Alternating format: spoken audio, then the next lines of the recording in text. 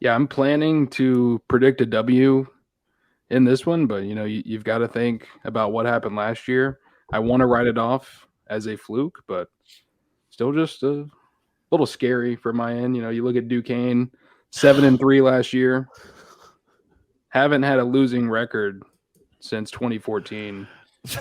Starting quarterback Darius Perantes is back for his second season as a starter, along with their leading rusher. And they're replacing some talent on defense, but they do have a couple capable pass rushers, guys that recorded 4+ two guys that recorded 4+ sacks last season. Logan's pouring a drink over there. I'm just saying we gotta show Duquesne respect because obviously Jacksonville State did not get enough respect on this show last year. I predicted a 58-0 win.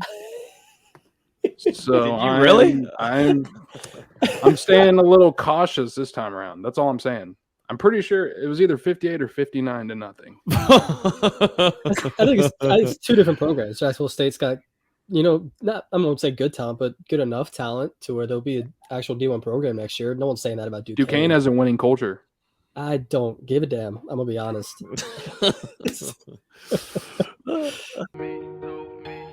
Hey guys, it's Terrence Mann. You're listening to Hear the Spear presented by No Game Day. Go Noles. Hey, what's up? This is Peter Ward, a.k.a. E-Dub, in the house. We're listening to Hear the Spear, presented by No Game Day. Go live, go Noles. Hi, this is Charlie Ward, and you're listening to Hear the Spear, Go Noles. This is Terrell Buckley. You're listening to Hear the Spear, presented by No Game Day. No Bloody. But perhaps better known as the greatest corner to ever step on a football field, Deion Primetime Sanders.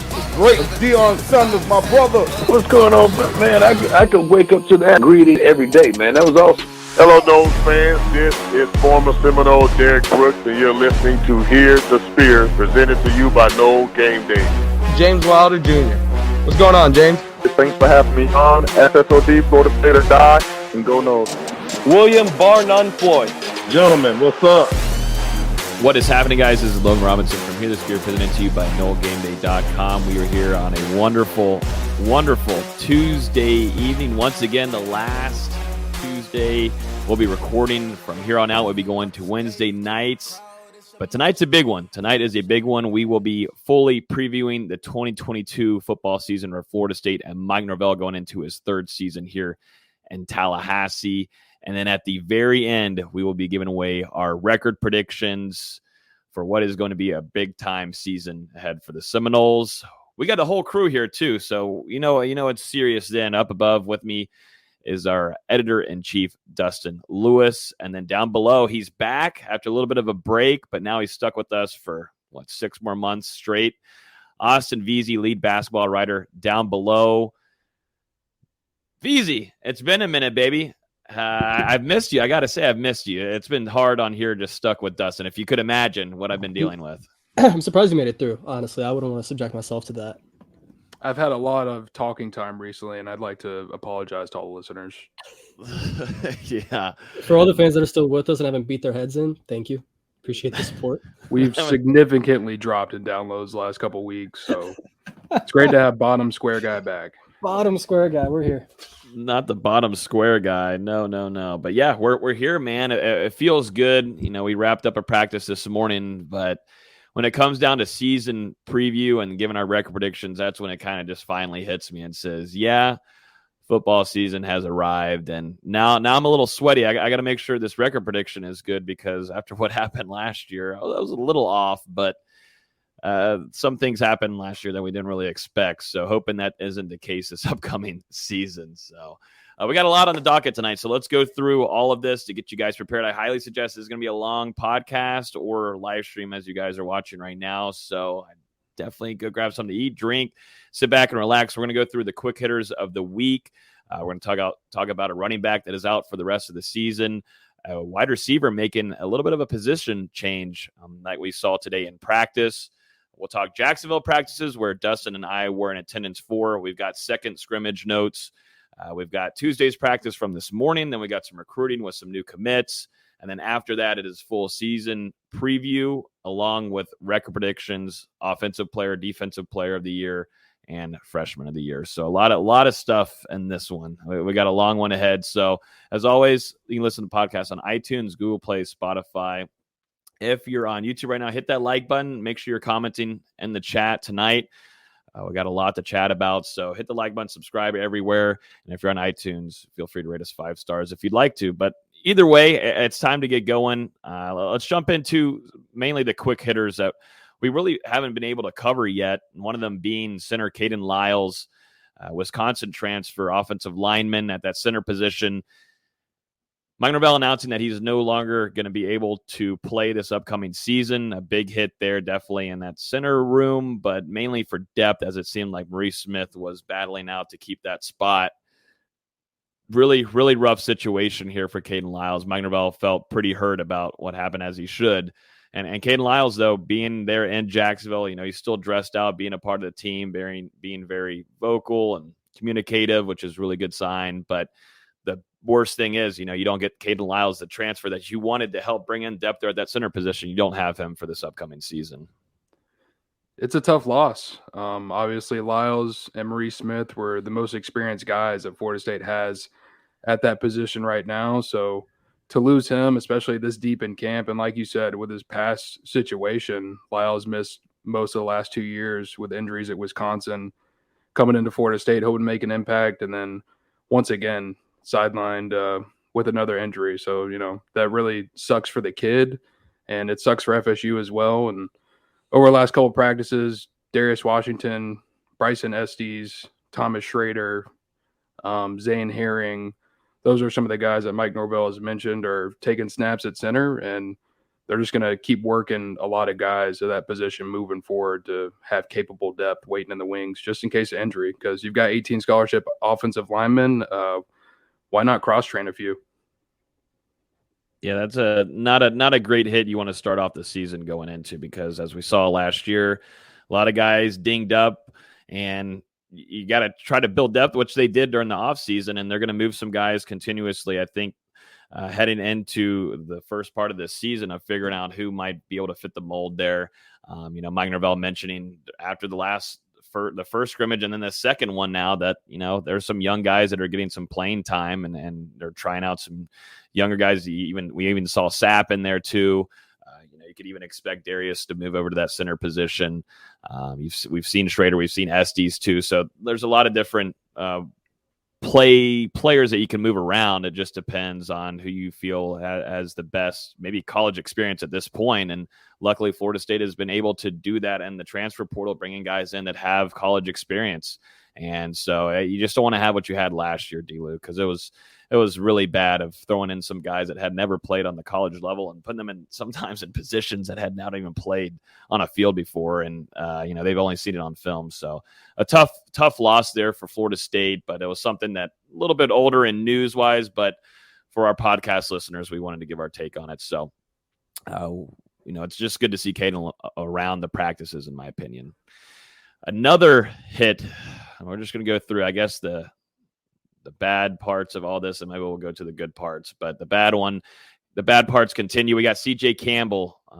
We were told today from Mike Norvell, running back, walk on, that he will no longer be available for the upcoming season due to injury. This has got to be from the second scrimmage going on there on Saturday night. Some really bad. This is definitely a hit. I mean, it's not a major hit for Florida State and the starting unit and that running back room, but for a guy that has worked his absolute tail off, that you would hope would eventually earn a scholarship, but also looked really good, had major flashes in the spring, also just continued to do the same and fall, but goes down with a season-ending injury. Really, really rough, and a guy that represents Florida State very well. You just hate hearing that kind of news to start off the week of practice this week. Like you said, more bad news, and CJ Campbell, a guy that we've talked about, maybe a potential candidate to earn that final scholarship, particularly with the work that he's put in, and maybe taking a path kind of similar to Treshaun Ward, that walk-on to scholarship player. So to see him go down like this before the season even starts, before he's even gotten a chance to record a carry in a regular season game at Florida State, definitely sucks to see, because this is a guy, scout team player of the year last year, did really well this offseason in the strength and conditioning winter workouts, like you said, Logan, had a standout spring. And he's had some flashes this fall as well and was going to be involved somewhere in that running back rotation. So it's a loss for Florida State, but luckily that backfield has a lot of talent in it. So hopefully they'll be able to replenish the loss of Campbell. And we'll talk about a new face in that room in a second. Yeah, we will. But I'm wishing him, been able to, conversate a few times with CJ Campbell, wishing him the best. I just hate hearing that from Coach Norvell. And, we kind of felt something was up when we didn't get to see him at practice, but sometimes you hope that's just maybe a little sickness or recovering after a physical scrimmage. But for it to be a season-ending injury really, really blows. But D'Lo, on the bright side, that room still is heavy with a lot of talent, and you got the uprising of Rodney Hill. And now we'll talk about a position change here, including Joshua Burrell, wide receiver, has got some burn over there at running back today. Mike Norvell was able to confirm that, which allows us to spread that to all of you guys here. But I was a little shocked today. We got to go to practice and see him, and that was probably one of the last wide receivers I would really project to be in that backfield. Yeah, he's not the tallest, so I wouldn't expect a Deuce Spann or obviously not Johnny Wilson. But for his size, that's a really good size wide receiver at the position he was, and now they're burning him and using him a little bit over at the running back room. He changes number to number 12. I noticed that we saw him in the running back room run into practice today, as David Johnson always leads in the rest of that room into practice, and said, who is that in number 12? Did Trey Benson go back to number 12 like he had in the spring? What's going on here? But sure enough, it was Joshua Burrell. We were able to tell that pretty quickly in practice, just because he always has that size. And D'Lo, he made some plays today, and to me, it just felt natural, which if you go back to Mike Norvell and what he's done best is evaluating running backs and developing them. I mean, if you look at Trayshawn Ward earning a scholarship, now being, you're one of your top backs, if not the top back going into the season, and then what he's been able to do now with CJ Campbell, yes, injured, but could play at this level. He can go in and is a great depth piece, or can even start for Florida State if need be. I mean, that's just a great thing that David Johnson and Mike Norvell are able to do and tag team on his developing running backs. But Joshua Burrell looked like a natural, in my opinion, today. One of them being an explosive run, hit the hole at the right time. And it was funny seeing David Johnson take off for 30 yards and Mike Norvell going and making sure. Mike always wanted to make sure the ball was tucked up, but broke one open today and had had a lot of catches and didn't see many drops, if not any. Yeah, and I believe Coach Tokars and Coach Tucker were right behind Coach Jack and Norvell there. So, really almost half the offensive staff chasing after Burrell after one of those big runs. But it was impressive to see. As you said, it was a little surprising early in practice, but then you started seeing him work, catching passes out of the backfield. It just came naturally, and then he hit that big run up the middle where he cut through a hole and just hit it for a touchdown. And coming out of high school, I didn't think of Joshua Burrell as maybe the fastest guy, but today getting a chance to see his straight line speed was very impressive. I was like, whoa, Burrell actually has some speed to him there. So another weapon in that backfield, another guy who can kind of switch between wide receiver and running back. Kind of reminds me of they're not similar body types, but as Norvell has said, they've kind of done a similar thing with Ja'Kai Douglas throughout the fall. He's repped a little bit at receiver. He's repped a little bit at running back. They're going to do the same thing with Burrell now. And you look at his size, 6'2", 217 pounds per Seminoles.com. There's not another running back on the roster that matches up with him except for Trey Benson, who's 6'1", 215. So you get another big guy, a guy with speed, though, in Burrell. So it was a good first day. I want to see how it goes from here over the next couple preseason practices leading up to game week. Yeah, exactly. It's the first day. You usually get those first flashes a little bit, and then it's a newcomer on the block, and Jordan Travis said it straight up to us, look good, but still his first day. And Norvell said, still understanding the system, the playbook and everything. And that's really understandable. But, as Trey on here on Facebook says, and this is a nice little comparison to, at least at the body size, how Antonio Gibson was for Mike Norvell over there at Memphis.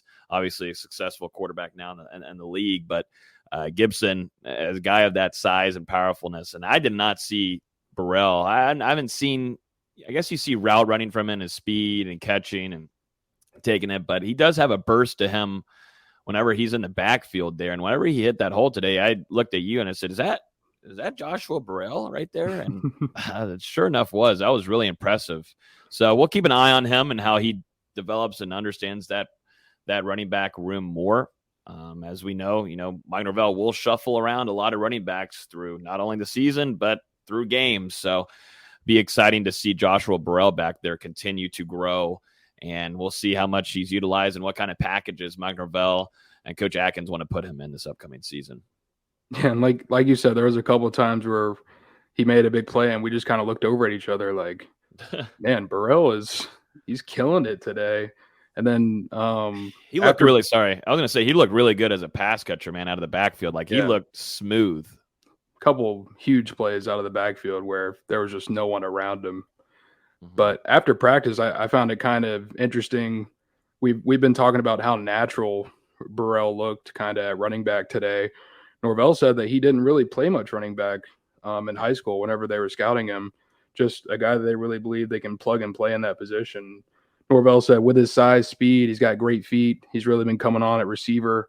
I like the things that we've seen from him, and we'll still have a mix of that as we're going. We want to make sure that we have all plans covered. I thought he did a really good job today. So, yeah, as I said, want to see where it progresses from here for Burrell in a really talented running back room. Norvell said today, Logan, if I'm correct, I wasn't down there at the press conference, but I was doing my research afterwards. He said that Lawrence Toafili has probably been the most improved player throughout fall camp. And that's a big comment when you think about the guys he's competing with and Trey Benson and Treshaun Ward, who have also been excellent in their own right. I'll tell you what, that comment today, and we're going to start shuffling around a lot of practices here going from Jacksonville and such. But Lawrence Toafili, I mean, I'm going to transition this just beautifully. But Lawrence Toafili in Jacksonville, I thought was the best back along with Rodney Hill during those days. I mean, Lawrence had a really good spring, and I tried to talk about that, but I think it was overlooked by Trey Benson, and that's understandable. Yes, that's a newcomer on the block, the guy that was injured. Now he's looking good, so everybody talked about him. But Lawrence Toafili looked really, really nice. We know he's a pass catcher, but he looked good in goal line. He's good in red zone. I mean, we just don't talk about him as much. He's just not on one of those names at the top right now as the newcomer or a transfer or a freshman. Lawrence has looked good. And just like you said, D-Lou, today, Mike Norvell, just out of nowhere, nobody asked him. Whenever Norvell does that, he's really putting it out there and he wants people to know this.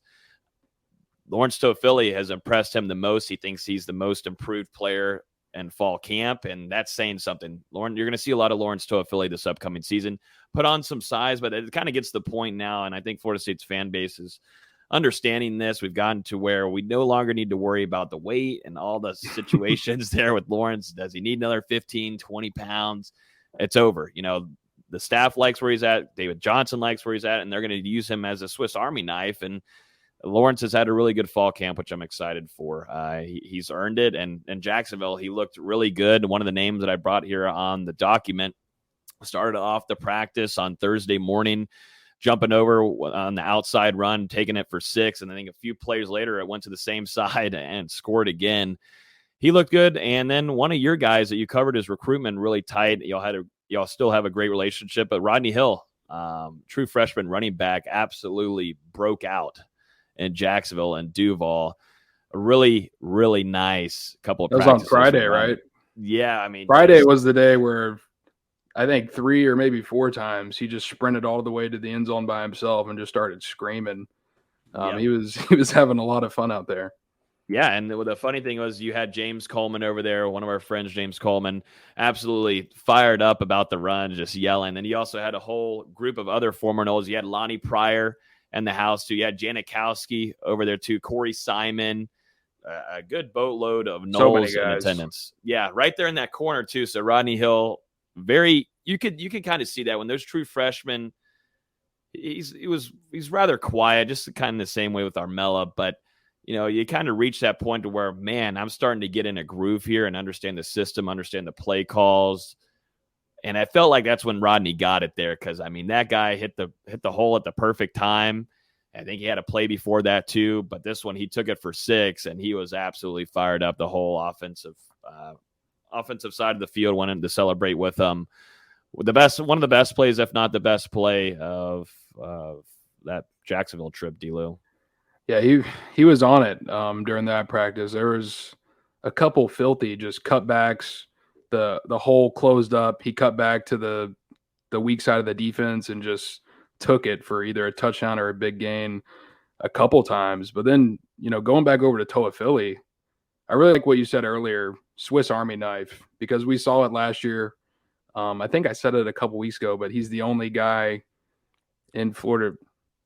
It was either one of 5 or the only guy in Florida State history that has scored both a 70-yard receiving touchdown and a 70-yard rushing touchdown in the same season at Florida State. So it just shows that he can make plays in the running game, catching the ball to the backfield, and now we're seeing that he's getting some work at the goal line. This is a guy that we're going to see a lot. Yeah, Mike Norvell really likes what he's seen from Lawrence Toafili. Those two having a really good couple of days of practice over there in Jacksonville. A few more names that jump out to me is Johnny Wilson and Sam McCall. I thought Sam McCall had a really good couple of days there, coming away with an interception or two. And then Johnny Wilson being Johnny Wilson. I mean, kind of gets to the point where we're repeatedly talking about him just coming down with one-on-one balls there in the end zone. It's a quarterback's favorite. He's a quarterback's favorite right now just because of range you can utilize him with. But Johnny Wilson is someone that I thought very highly of in the spring. Didn't like what I saw with the inconsistencies with the drops in the spring game. I'm hoping that's fixed, man, because he's been in your top 5, probably top 3 of just a guy that puts on highlights and practices. Can it translate over to the football field? But just primarily sticking to that practice, he put on a show for a lot of those former Noles, and I talked to a few of them afterwards, and yeah, they're like what they see out of number 14. Well, I mean, how do you guard him, especially when you get down there around the goal line where, everyone saw the clip on Twitter that's going around of him making that catch in the back corner of the end zone, balls up high where only he can touch it. I think maybe Jarian Jones was on him. And I mean, Jarian's not a small defensive back, and he was up in the air, but there's no way you can compete with 6'7" at its highest peak, especially when Jordan's putting the ball in a really good spot, which he did on that throw and a couple other times throughout that day. But Johnny Wilson, when he's catching the ball, and he's had more good days than bad throughout preseason camp, especially recently for Florida State, he's a weapon. And as you said, Logan, at this point, can it translate over to a game? Because we've seen it a lot in practice. We've seen these big plays, even outside of the red zone. He's just been making a lot of plays deep down the field. DBs cannot stay up in the air with that guy. He's a mismatch and carried over to a game. Yeah, that's the biggest thing. Carried over to a football game. And I keep on telling my dad in text, I'm like, man, this guy, after leaving practice, I'm like, this guy is the real practice deal. If it can go into games, man, and I'm hoping that maybe after Duquesne and make some plays there that we can really go into this LSU game and say, man, you got to figure out who he matches up with, who LSU is going to put on him. Mm-hmm. Because right now I'm just excited to talk about it when it goes into matchups like next week when we do a small little preview on Duquesne. Like, the matchups are, in such great favor of Wilson. And when we see it in practices, it's almost unstoppable. Just got to keep the catches. And, there are some inconsistencies today, I'll be honest with you. And we'll start transitioning over to this Tuesday practice in a minute.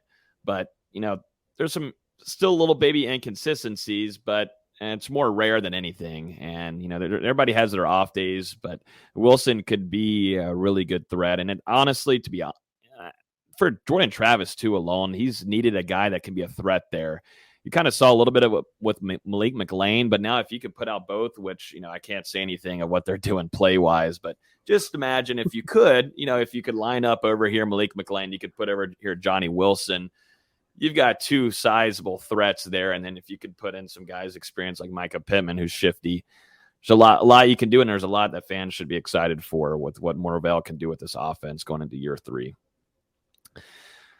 Let's jump into a few things from the second scrimmage. A lot of this stuff was on lockdown this week. There was rumblings out of the first scrimmage and it spread out all over social media. So I think Coach Norvell caught on to that along with the SIDs, and they really locked down on what was going on in the scrimmage. But we were there for the press conference, exchanged a few texts here and there with some people, but really the highlights here. Number one, the quarterbacks, and Jordan Travis looked really good. He looked smooth. He had 3 series. Mike Norvell told us today that he really liked what he saw from Jordan Travis, just managing the ball. And we've seen that all through fall camp, D-Lou. He's done a really good job of keeping the ball out of the defense's hands. And then, I had Tate also had a couple drives there that looked good. I mean, nothing much changed here from this first scrimmage. But I think the biggest thing to take away from is Jordan Travis continuing to progress there as a passer, and he doesn't scramble as much. It's extremely rare to see him scramble, and when you do see him scramble, you're like, oh my God, yeah, Jordan Travis is fast, and I don't know why it surprises me every time because we've seen it in games quite a bit, but in practices you don't see it as much. But out of the scrimmage, the number one thing I've heard, and Norvell confirmed it today, Jordan Travis looked really smooth in those 3 series. And I think it just shows how comfortable where Florida State thinks Jordan Travis is right now. Just only I'm going over 3 series. I think Norvell said he completed, over 70% of his passes, but the majority of that work went to AJ Duffy and Tate Rodemaker on Saturday night. And that's because you know what you have in Jordan Travis. And as we've said on this podcast throughout the last couple months, those improvements in the passing game are legitimate. And it's going to be a lot of fun to watch Jordan Travis this upcoming season if he keeps playing like he has in fall camp. As you said, Logan, not a ton of turnovers. He's been connecting on deep balls with multiple wide receivers. It looks like this passing game is going to take a big step forward from where it was a season ago. I want to mention another name, too, who is going to play quite a bit this upcoming season, in my opinion. That's Marqueston Douglas. Make sure I get that right. Marqueston Douglas. The biscuit, yes, the biscuit, as Coach Norvell and the rest of the staff calls him. But I got a quote here from Coach Atkins, Florida State's offensive line / offensive coordinator now, saying, I've been really pleased with his growth. He's faster than I thought he was. And I'll be honest with you, there's a few times where I'm like, okay, Marqueston's worked on his body, and that's something Coach Atkins talked about. Because if you go back and look at him last year, Marqueston, you might be watching this. I don't know. And if you see me at practice tomorrow, you can just run me over. But you were a little slower. I mean, he would confirm the same thing and agree with me. But definitely a slower guy. Coach Atkins told us in the press conference has been working on his body, man, and he looks a lot more smoother. He's been catching the balls, and that's someone that needs to step up. We've been looking for someone to step up in this tight end room. That has been one of the biggest question marks, D-Lou. Marqueston, I think, has done that. I want to see it in a game, but you're seeing the growth, the signs of growth there. And I think that's what Coach Thomason and Coach Norvell, they want to see from him because he can be utilized. And definitely in the blocking game, he's got the size for that. But if they could also add in that pass and attack with him, kind of like how in the later of the season last year we saw Jordan Wilson do, the UCLA transfer tight end. If he could kind of start developing into that and grabbing a pass and attack into his talents, that's a good sign there for Florida State on the tight end group. But I thought it was significant that out of some guys that the coaches were naming after the scrimmage, Marqueston Douglas was brought up. Yeah, he's been a consistent performer for Florida State throughout fall camp, and Norvell even said on Saturday night that he had a huge play against the defense, and he also mentioned Wyatt Rector in that room. But for Marqueston, I think really, and you kind of alluded to it, it's really just been that physical development. He really committed to the offseason program and dropped some weight coming into fall camp. Still probably 285 pounds, maybe needs to trim up a little bit more, but he's slowly been getting there going into his 3rd year in the program, and he's come alive during fall camp. And with Jordan Wilson moving on, he's got a good shot to step into that role as Florida State's blocking tight end, and that should be an exciting combination to kind of see him work alongside Cameron McDonald and Wyatt Rector. We'll see who else, Preston Daniel, whoever else gets involved in that tight end rotation. One more thing I want to note from this, and another guy you were close with during his recruitment and great kid, looking forward. He's going to have a strong future in Tallahassee. That's Kanaya Charlton. Got some run with the ones during the scrimmage. Got to see him in practice today too, get a lot of opportunities. He's a guy that has the size for sure, still needs to trim up a little bit, but you're seeing Armella get in there with the ones. You're seeing Kanaya. I like it. I know some people are like, well, what's going on? Who's injured? Who's that? I will say, there's at least comforting things to know that a lot of this is just giving opportunities to some of these younger guys that haven't had any experience or just a little bit of experience. But to these guys, Kanaya and Armella, these are true freshmen coming in. I like the signs that I'm seeing out of Kanaya and definitely Armella, but Kanaya, your guy, man, got in there and got some work with the ones during the scrimmage. Good for him.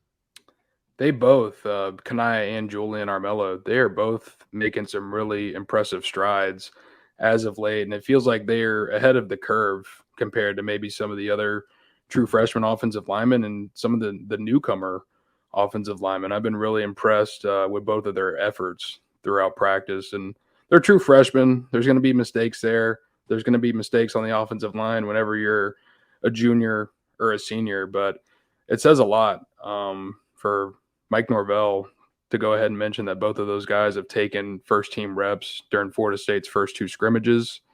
The future is bright on that offensive line. Can you guys remember where we were just 2, 3, 4 years ago? We're headed for greener pastures.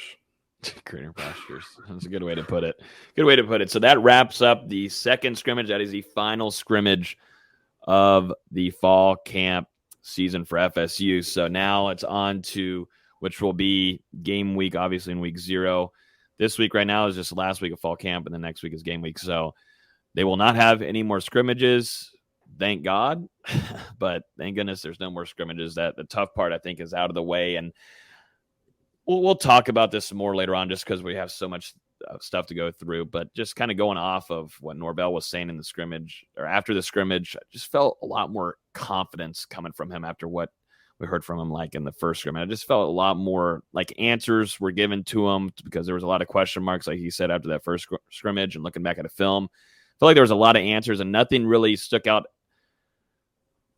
differently than what he saw in film after the second one. Everything stayed the same, and he did like that. And there's some promising things. If you guys haven't gone and listened to the interview from today, felt like everything looked good from both on field and whenever you looked and put on the computer to watch the film afterwards. So that's a good feeling there.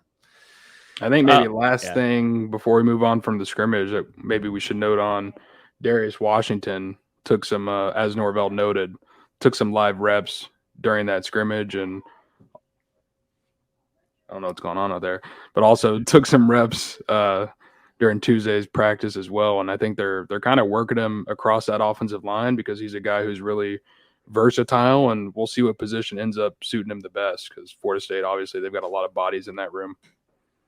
Yep, they do. That's a good sign. I'm glad you mentioned that, or the good thing you brought that up, because Darius Washington getting some live reps is something that we haven't really been able to see. He's been limited to start off fall camp, but him getting full-time reps is huge for FSU, and getting a guy that is a starter that you had last year, getting him back into a groove with the good amount of time left too. I mean, I know people are freaking out, but there's a lot of time here for some healing to be done and continued getting back into the groove of things, like I said, for Darius, and as much needed. So, and he's a big leader, at least seeing him out there today too, and team drills going at it. He is a leader on that offensive line. You can stack that up with Dylan Gibbons and then also Robert Scott. Reese Smith too. He's been a vocal leader throughout fall camp. A couple of those veterans in that room, I've been really impressed by the leadership they've showed. Even some of the true freshmen. Real self-accountability going on there. I was going to say, I feel like that has been upped, at least from the veterans' point of view, D-Lou, because of the big freshman class coming in. And they know that they need to set an example for those newcomers. And I feel like that's only just transcended over there to the young guys. The younger guys, they're not calling out or making sure the older guys are in the right spot. But whenever it's the freshman to freshman, you'll see Armella go over and have a few chats here and there. And Kanaya Charlton, that's a good thing that you want, and exactly what Mike Norvell wants to have in his locker room, something that he's been wanting to change for 3 years now. Getting that accountability and leaders, grow that from the freshman class. Don't start it at juniors, seniors. Start it from that freshman class, and that's what Mike Norvell that's exactly what he wants here in Tallahassee. All right, let's jump into Tuesday's practice. We won't spend too much time here, but up and down. I would say an up and down. It's understandable. They just went through a crazy streak, a long stretch of practices, and along with traveling and also having a scrimmage.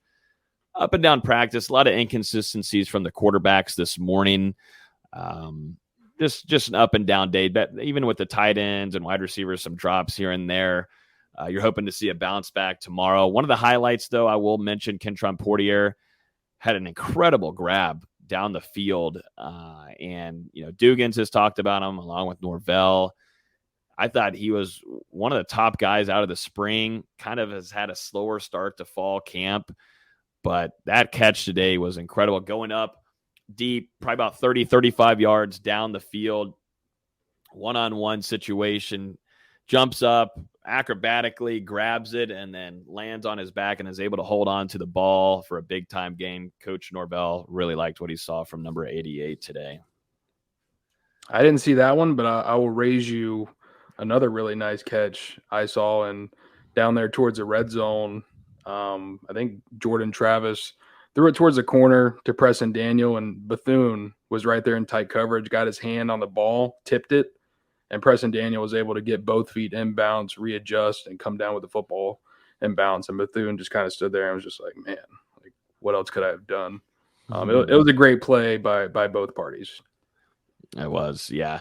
And then Micah Pittman also had a really nice grab too. So you're going to have those practices, ups and downs, but it is what it is. I will say, though, on the defensive side, a lot of guys did not have some ups and downs. And I'm talking about Joshua Farmer. I mean, I feel like we've talked about him quite a bit, Elu, throughout this fall camp. But today, once again, it gets to the point where he just rips through that offensive line. And there's no knock on the offensive line. I know if I say that, then someone's going to wonder, oh, my God, the offensive line is horrid. No, Joshua Farmer is just playing really good right now. And I thought, put on some good size and a little bit more size than I thought he really needed in that spring. And it took him a little while to get used to it. But now conditioning for a couple months, definitely in that Tallahassee heat, has helped him. And he is looking really good. And it's becoming on a consistent basis. Coach Odell Higgins is very hands-on with Farmer. He's been that way since he arrived. And that only tells me that Odell really thinks highly of what Farmer can be. The ceiling is very high. And, Odell is going to make sure that he's coached up hard and it's working, and Farmer is looking really good. He's going to be such a great piece there in that defensive line unit of being able to utilize him in case you got to have a couple guys out for reps or plays during a game. You can throw Farmer in there and you can get a guy that's going to come right through that middle and use his strength. I thought Farmer has had a good camp, but today he just, reminded me, Farmer, number 44, to watch out for him in 2022. He's got a ton of potential, and once he refines a little bit, becomes a little bit more technically sound, which we know he will under the watchful eye of Coach Higgins. It's going to be really exciting to see where Joshua Farmer ends up at Florida State when it's all said and done, because, man, the work the kid has put in on his body, just absolutely insane, and he's figuring out to play with it. Every practice, I think, you're just seeing him get better and better. And sticking with the defensive side, let's go in that defensive backfield. Renardo Green made an absolutely insane play. We talked about how Johnny Wilson is impossible to guard in the end zone. Jordan Travis tried to go to him at one point during practice in the end zone, and Renardo Green came leaping out of nowhere to make an amazing play on the ball and pick it off. And Coach Fuller, very excited about that one. Yeah, no, I've seen Fuller get very excited for those interceptions, and he will sometimes come and dap your hand up, and it hurts sometimes. He's so excited. So I've learned firsthand that Adam Fuller does like his takeaways. Another player that I want to mention is one that we haven't talked about a whole ton, I'll be honest with you guys, and that's Amari Gaynor. I thought he had his best day today. He was everywhere around the ball, put himself in right positions, had a PBU today. Gaynor had a really nice practice, and, he's just someone we don't mention a lot just because we're always trying to figure out where Adam Fuller and what Coach Randy Shannon wanted to do with him, just because he's got that different type of body that you don't really know. He's a hybrid. You can put him down there at the pass rush, or you put him back at linebacker. Just seemed like things worked today, and they're doing a lot more with a little bit of installs too, and he just looks smooth, and he put himself in a good spot to almost come away with a few takeaways. But Amari Gaynor looked good. Yeah, I don't know how else you can say it. Amari Gaynor looked good. And another linebacker who I've been impressed with throughout preseason camp, Brendan Gant, making that transition over from defensive back. There was one play during team drills. He had a tight end blocking him. He was able to shed the block and then make a tackle on the running back for, I couldn't tell if it was no gain or a tackle for loss, but either way, seeing him shed the block, put the tight end on their back, and then tackle a running back. Nice play from Gant. And even in Jacksonville, he was making a couple plays throughout the last couple weeks. Logan, I've talked to you about it a couple times. Been really, really impressed with Gant's effort throughout fall camp. Yeah, and that's another one where I'm interested to see how they use him, because he's a guy that can fly off and bring a really good pressure aspect to his game, to that whole Florida State defense, or he can stuff the run. He's an interesting kind of body type. He does not look like a full-on linebacker. Yeah, he's put on some size, but he's still not going to be like a Tatum Bethune. He's not going to be the size of DJ Lundy or Steven Dix, but he's just, I don't know.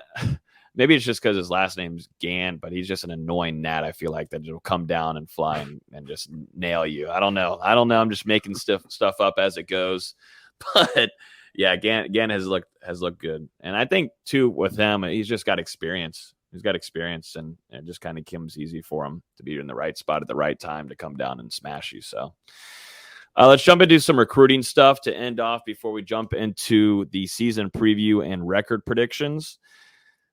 Florida State grabbing some defensive commits. Defensive lineman Tavion Gadsden commits to Florida State over Tennessee. Hopefully I said that name right, D-Lou. Did I say that right? Tavion Gadsden? Yeah. I said it right. I think so. Yeah, this one we kind of had a feeling was going to be in Florida State's favor for a little while now, definitely after the previous visit. But what are your thoughts on this pickup for Florida State and Odell Haggins here, a guy that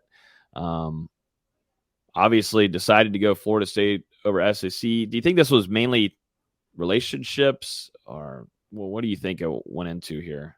Yeah, I think relationships played a pretty large part in this one, and it's just another nice pickup for Florida State on that defensive line. You look at this 2023 class. Now we'll talk about KJ Kirkland in a minute, but you're up to 14 verbal commitments so far through the middle of August.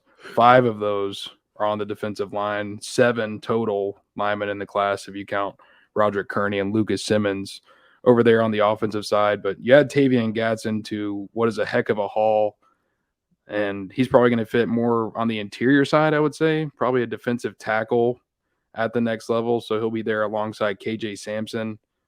Depending on how things work out with Jordan Hall and a couple other targets, this might be the last defensive lineman that Florida State goes after in the class. It's really just going to come down to numbers. But Jordan Hall is definitely someone they want. They're right there involved with them with Georgia and Florida. Getting Gadsden in the fold this early, nice pickup for FSU. Nice snag there. And then, like you said, KJ Kirkland, this is one I'm really excited for.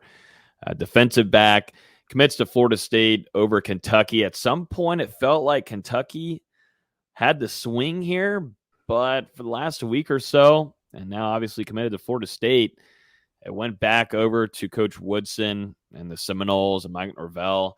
This one, I think, is a guy that has a really high ceiling. The staff sees a lot in him. Has competed very well in camps, too, including a guy that I know Florida State's fan base doesn't like talking about, but competed very well, if not the best, in one of those camps against Travis Hunter. I like Kirkland a lot. This is a really nice pickup for Florida State. What are your thoughts? And, what went into this recruitment? Because this is one that was highly targeted for a while now. We talked about him last week. This is a guy about 6'2", has that long and lengthy frame that Coach Woodson and Coach Fuller and Norvell are looking for in their defensive backs. Look at Azari Thomas and Sam McCall. They both have a similar frame to what KJ Kirkland will be bringing into Florida State. They just like to find guys that have a lot of versatility and, they can play at different spots throughout that backfield, which that's where they see Kirkland. He's a guy that can play corner. He can play nickel. He can play safety. It's kind of something that Florida State's going to figure out once he does get to campus. And this one, again, came down to relationships. I think Coach JP, Coach Fuller, Coach Woodson have spent a ton of time recruiting Kirkland. And last week I talked about Roderick Kearney as well, a guy from the Jacksonville area who has also been in Kirkland's ear as of late, trying to get him to join the tribe.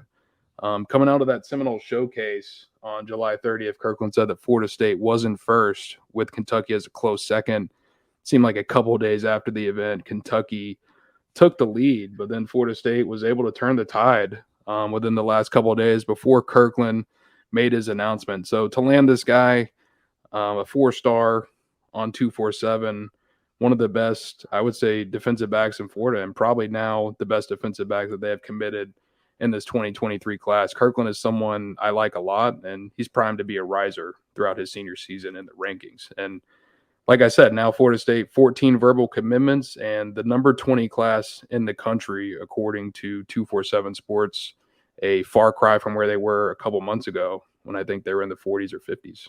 They're climbing up. They're secretly and quietly climbing up there. And as noted in the doc here, you said 7 of 14 are linemen. And so Florida State continuing to push that trenches and that target of building that area because Florida State needs that. They need that, and they're continuing to do that, and they're finding answers in either recruiting. They can find in the portal at times, but primarily recruiting right now. They're doing a really good job both offensively and defensively, D-Lou. They're flipping the trenches on their head. It was pretty dreary in the spring. Florida State missed out on a couple targets. Didn't look like there was much momentum. And then, man, ever since June, 10 of the 14 commitments in this 2023 class have come over the past 3 months. So it's been an impressive stretch for Florida State.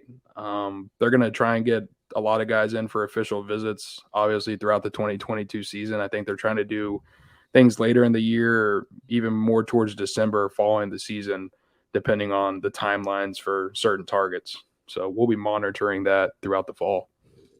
Tom here on Facebook is asking, any news on the linebacker from California? And this is Blake Nicholson, who most recently visited Florida State. Seemed like Florida State was in a really good spot here.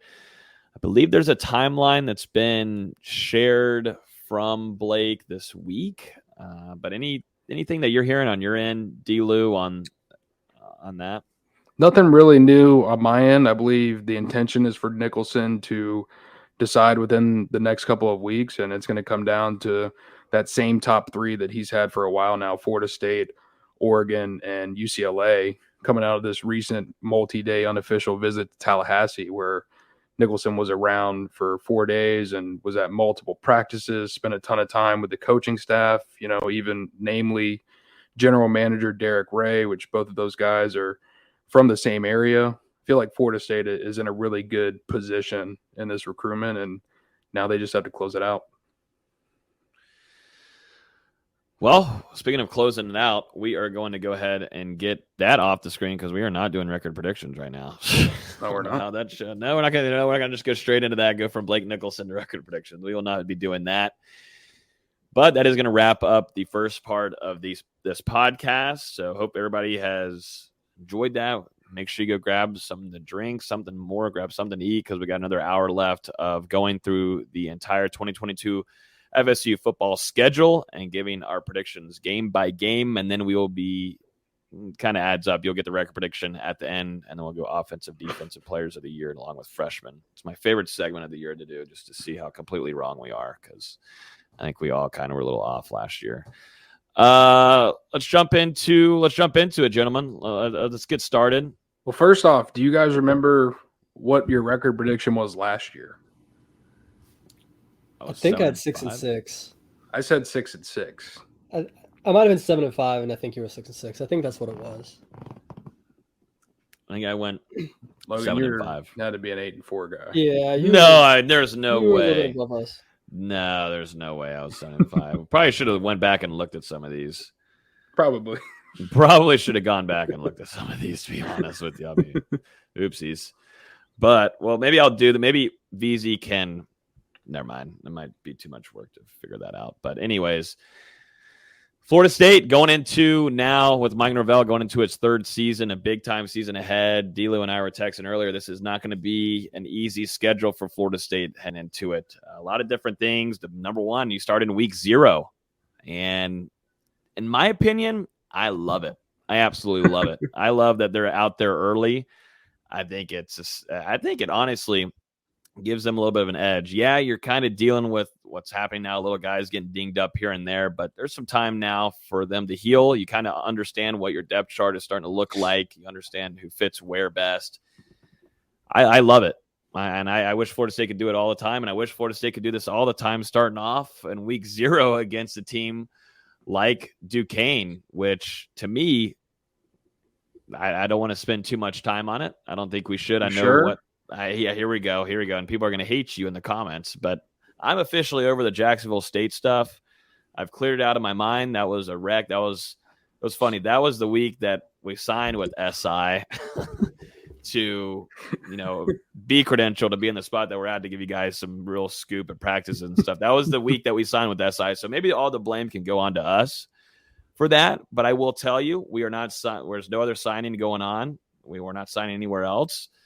So this should keep it to where Florida State should start off the season 1-0 and not lose to a janky-ass team. So Florida State versus Duquesne, this is going to be next Saturday, which sounds crazy. That Saturday. Is crazy. That is weird to say. But next Saturday, Florida State will be facing Duquesne at 5 p.m. inside Doak Campbell Stadium to kick off the 2022 season. Gentlemen, we're not doing score predictions because we'll do that next week. But win-loss, what do we got? I think the team's moved on from the Jacksonville State game. At least we hope so. I know there's a lot of fans that haven't, but I think they'll get it out of their system.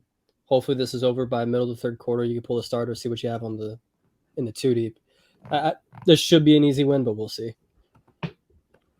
Yeah, I'm planning to predict a W in this one, but you've got to think about what happened last year.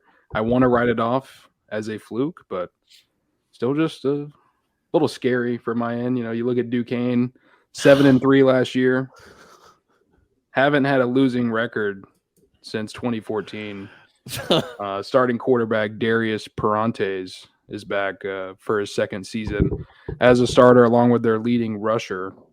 And they're replacing some talent on defense, but they do have a couple capable pass rushers, guys that recorded 4+, 2 guys that recorded 4+ sacks last season. Logan's pouring a drink over there. I'm just saying we gotta show Duquesne respect, because obviously Jacksonville State did not get enough respect on this show last year. I predicted a 58-0 win.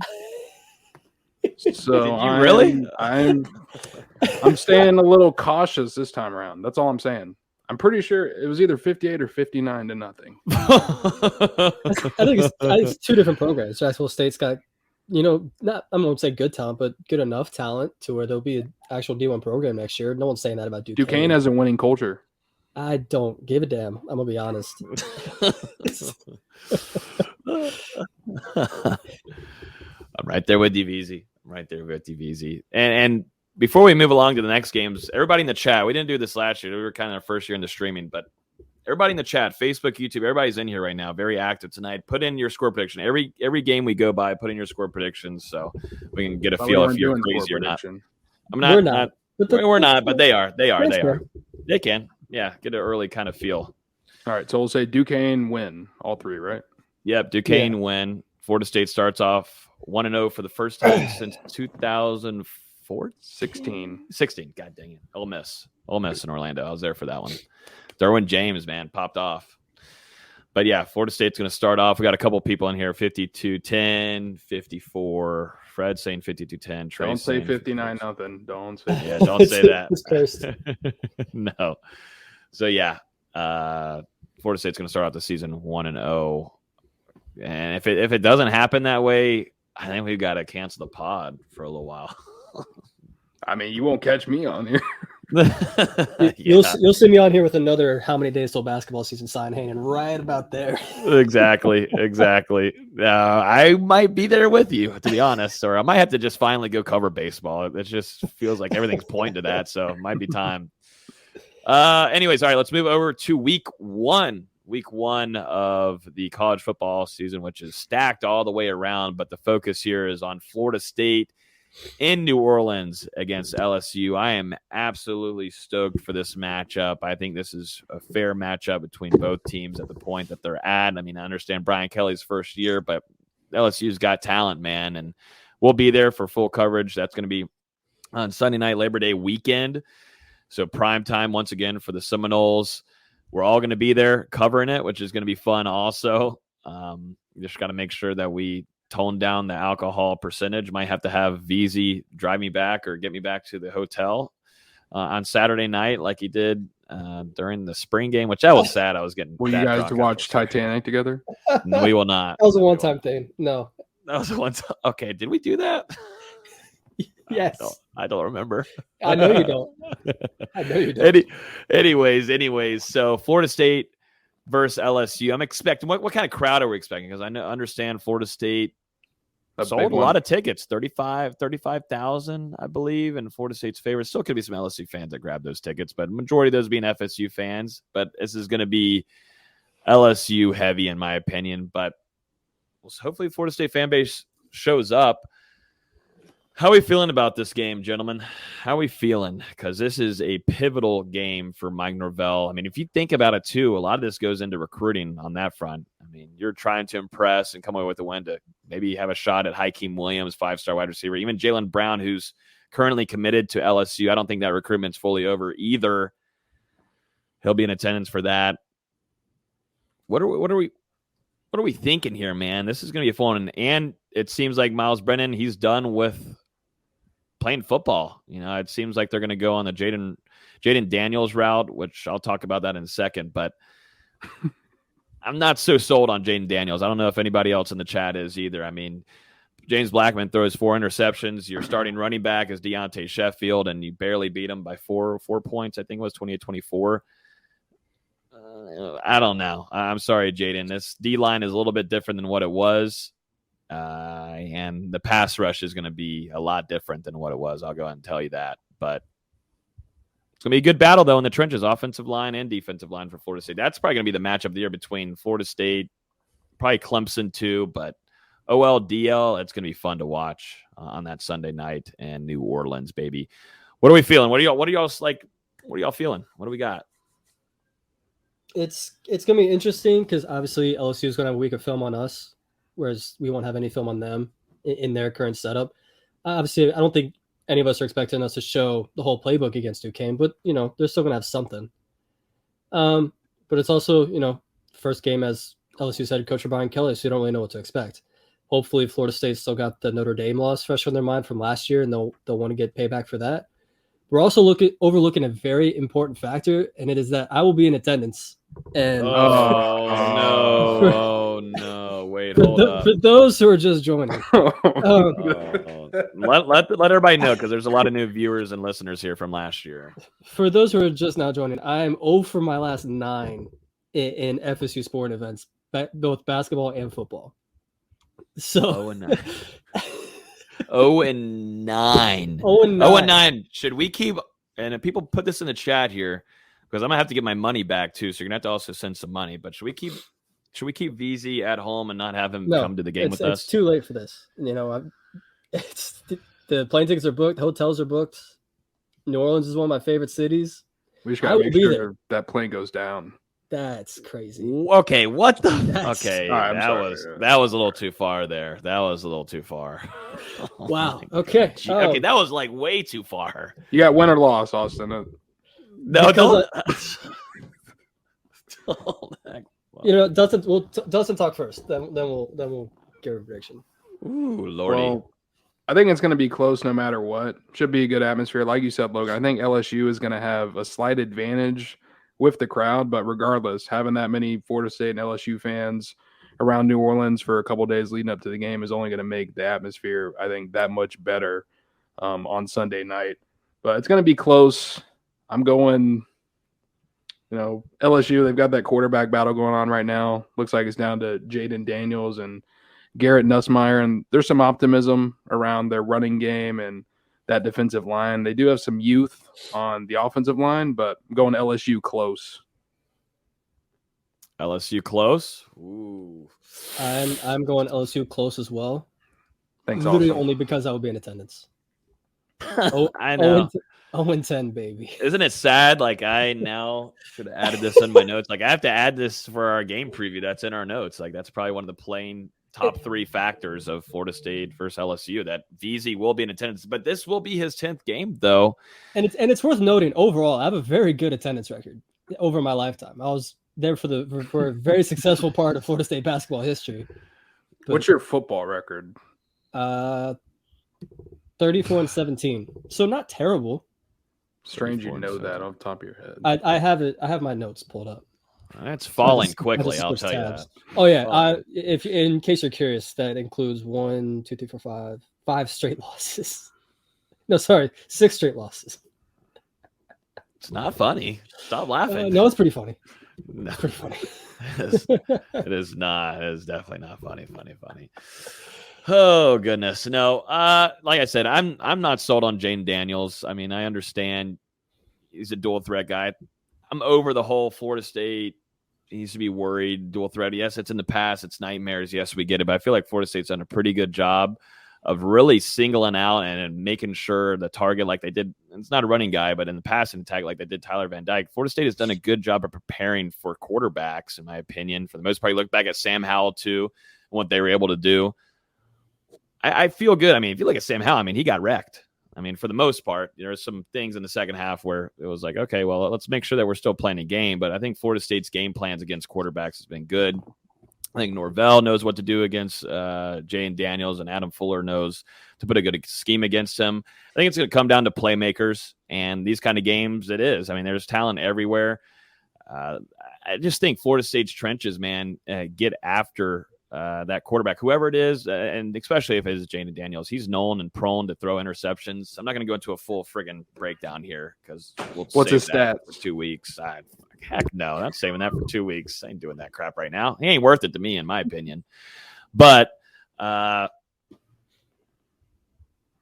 got it written down. Well, you've got to say it, so we don't really. I've got it written down. I think Florida State, or a loss, buddy. I think FSU fans are going to leave that stadium very happy, and they're going to be partying. I think they're going to be partying down the streets in New Orleans. I got Florida State winning that game and going 2-0 to start the season. Number one reason being a full, healthy Jordan Travis, and hopefully, unless something crazy goes on against Duquesne, you're bringing in a healthy room. They're not going to put a lot on tape for Brian Kelly to look at, and Mike Norvell is due to get a win against Brian Kelly. They almost did it last year. I think this team is much more matured, and they understand how to compete against Brian Kelly. They should have beat him. Yeah, they should have absolutely beat him. That's why I've got FSU going 2-0 to start the season. All right, let's jump over to a bye week. Who wins the bye week this time? Because we've seen Florida State lose bye weeks in the past. The training tables, maybe. Hopefully someone gets healed after the LSU game, because that's going to be a physical game. But I'm glad Florida State has a bye week after that, just because they have week 0 starting off the season. And then we get on the road, really again here, going to Louisville. What's all the hoopla about Louisville this offseason? You know, I know that they've got a lot of guys returning. A lot of people respect that coaching staff. You know, Florida State should have done. I don't even want to talk about last season, but ended up losing 31-23 at home. It's tough to kind of go back and talk about it, but real quick, Florida State's going to go over there and travel to Louisville this upcoming season. What are your thoughts on that matchup? Well, yeah, you kind of said it. They've got some talent coming back, namely Malik Cunningham, who was only 54 yards away from being a 3,000-yard passer as well as a 1,000-yard rusher last season. So he was really good for Louisville, now entering his third year in the system. And obviously the Cardinals have defeated Mike Norvell and the Seminoles each of the past 2 seasons. 2020 was pretty embarrassing last year, 31-0 before Florida State starts to make that second half rally and falls just short on a Hail Mary pass from Mackenzie Milton to Parchment that was intercepted. So this is a Louisville team returning Malik Cunningham. Then they've also got one of their best running backs back in Jalen Mitchell, along with tight end Marshawn Ford, who was a thorn in FSU's side last season. The Cardinals right there to contend for the Atlantic Division. We'll see what they do. I've got Louisville winning this one. I'll go next, VZ. I've got Florida State losing this game. Like I said, I think it's going to be a really physical game over there in New Orleans. Yes, you get the bye week. That's going to help. But I don't like Friday games. I don't like that. I'm just not a fan. And those are things that when I was younger watching that Florida State, it just doesn't usually go well. But they're at Louisville, and like you said, Malik Cunningham's coming back. I think he's gonna grow into being a really good quarterback this upcoming season. The ACC. I've got Florida State losing this game. This one, I don't know. I don't know, but that might change. I know we're gonna do our record predictions, but it might change when we come into game week. It can always change. Yeah. If everybody's healthy, though. Oh, sorry. If everybody's healthy, though, you know what I'm saying. But now, go ahead, VZ. I feel like everyone's nervous for this game because it's a weekday game in Louisville, and everyone thinks back to that 2002 game. I don't. I do because every time we play Louisville, they show a replay of it.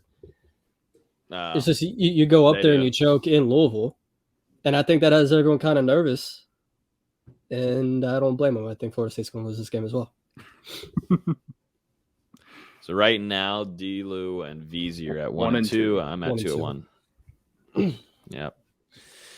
That's where we're at. Gentlemen. Do we see a swing upwards, though, for Florida State whenever Boston College comes to town on September 24th?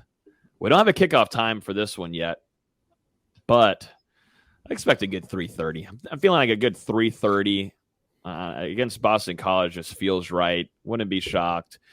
Maybe if it's 7:30, but 3:30 it just seems right. What are y'all first thoughts about Boston College coming in town? They got a quarterback, though, that some people are very high on. Another conference team, another Atlantic Division team that's returning a lot of experience. Quarterback Phil Jurkovich back again. Wide receiver Zay Flowers back again. Jaden Woodby back again. Their leading rusher, he's back again as well. That. So, don't tell me Boston College gave Florida State a game last season up there in Boston. It was a battle down to the final couple of minutes. I know Florida State, they jumped out to that lead, and then the Eagles were kind of able to make a comeback there before Florida State shut the door on them late. So this should be another one that's going to be a close game, but I do have Florida State rebounding in Doak Campbell Stadium to get to 2-2. I feel like Dustin's cheating off my notes. I took a lot of notes throughout the day, buddy. Yeah, but I feel like you're taking from mine, which I'm not a huge fan of. I also have Florida State winning this game against Boston College. I just think it's, obviously I think a lot of people are big fans of Boston College's quarterback. He's got production. He's played well. He should have beaten Clemson in Clemson last year. I just, it's Boston College. You would like to think you can beat that team. You would like to think that, wouldn't you? I think I got Florida State winning this game. I do. Back at home, and it feels weird. Florida State going to here in the comments. Florida State starting off 3-1. I mean, wow, what a reverse from last year of going 0-4. But I got Florida State definitely at home. I'm not too worried about this matchup, and I like Florida State's pass rush. A lot of these predictions are coming off of my optimism of Florida State's pass rush. It's not going to be the same caliber, I don't think, as Keir Thomas, Jermaine Johnson, but I still think they're going to be a threat this upcoming season. And we're not talking enough about that interior. I mean, Florida State, Fabian Love and Robert Cooper have been menacing that offensive line throughout fall camp, and they're going to do the same. They're ready to go after some other guys. I got Florida State beating Boston College here at home. Let's jump over to the next game. This is a big one because it's going to come down if Sam Hartman is healthy or not after undergoing some health stuff that's taken him away from the football field for a little while here, taking care of him. So, hope, a great quarterback. Hope he makes it back, but I think Florida State fans are hoping that he doesn't make it back by the week. At least for that game. That game week, yeah. Florida State fans don't want to see him back. Maybe he can come back on October 8th if he wants to. But Florida State and Wake Forest will go at it. This will be a back-to-back home weekend for Florida State, facing the Demon Deacons. They're ranked number 22 in the country heading into this season. No time for kickoff has been announced. This is going to come down to Sam Hartman. If I'm going to go off of Sam Hartman not being out there, I mean, Sam Hartman did some things last year that I don't want to see again happen to Florida State's defense. And I love how I said earlier, Florida State's prepared very well for quarterbacks in the past. Yeah, you forgot about him, huh? I mentioned that. The majority, though, Florida State did a good job of, but did not do a splendid job at all. That was just a disgusting game last year, if you think about it. Throwing in how many? You had 2 quarterbacks. You kind of had a. Well, remember it was Mackenzie Milton. But do you remember? I think. Yeah, it was because you were there. But the first 5, drives of the game, it was a different quarterback every drive. It was just Milton, Travis, pick. Fumble, don't even get me started. It was just a weird turnover game. That's what it was. Yeah. I believe 5, if I'm not mistaken. Felt like 10. 4 by Milton. Felt like 10. It was not a good game. But Florida State lost 35-14, in case anybody was wondering, in case they wanted to have that put in your brain again. But that was on the road. Maybe if you're in Doak, things change here. And right now, I'm not expecting Sam Hartman to play. I don't know about you guys, but it just seems like it's a little too early. There's things you can never really. You can try to make a guess, but we're not medical people here, I don't think. So don't know how that. I'm not. Yeah, I don't know. But Sam Hartman or no Sam Hartman, what are your thoughts on this game? Another one here, because I'm in a really risky spot here. I'm at 3-1. I need to choke it back a little bit. Go ahead. I was gonna say I think we've got to put some respect on Wake Forest just for what they did last year, 11-3, the ACC runner-up, and I had this game as a loss going into it before the Sam Hartman news, but if Sam Hartman is unable to return to the lineup, I do have Florida State taking this game just because I think he's a really big swing. I mean, that guy's one of the best, if not the best quarterback in the ACC right now. Obviously, he's been around forever and has played a ton of college football. That experience does a lot for the Wake Forest offense. All right, dog. But then also just looking at some of the other guys on the roster, A.T. Perry, 6'5", 1,200 plus yards last year, 15 receiving touchdowns, heck of a threat on the outside that Florida State's going to have to deal with. Thankfully, they've got a Johnny Wilson that they've been going up against all preseason. But the main thing about Wake Forest to me is their defense isn't that good, and we see what we think is going to be a big improvement for Florida State on offense, particularly in the passing game. They should be able to find some holes to take advantage of. So if Sam Hartman's unable to return, which who knows at this time, they haven't disclosed what the issue was or any kind of timetable, I'm going to go Florida State over Wake Forest to get to 3-2. It's certainly a tough one. It's one of those that we'll probably flip-flop on, 1,000 times until we get to that week and we know exactly what's going on with Sam Hartman. It's one of those that I feel like Dave Clawson isn't getting enough credit for how good of a coach he is. He's done a phenomenal job there in Winston-Salem last few years, and people don't realize that, Florida State's dominating the all-time series in this, but 6 of Wake Forest wins in this series, they only have 8. 6 of them have come in the last 15 years. For now, I'm going to have Wake winning, but don't be surprised if that flip-flops the week of the game. Yeah, I'm in the same boat with you kind of here.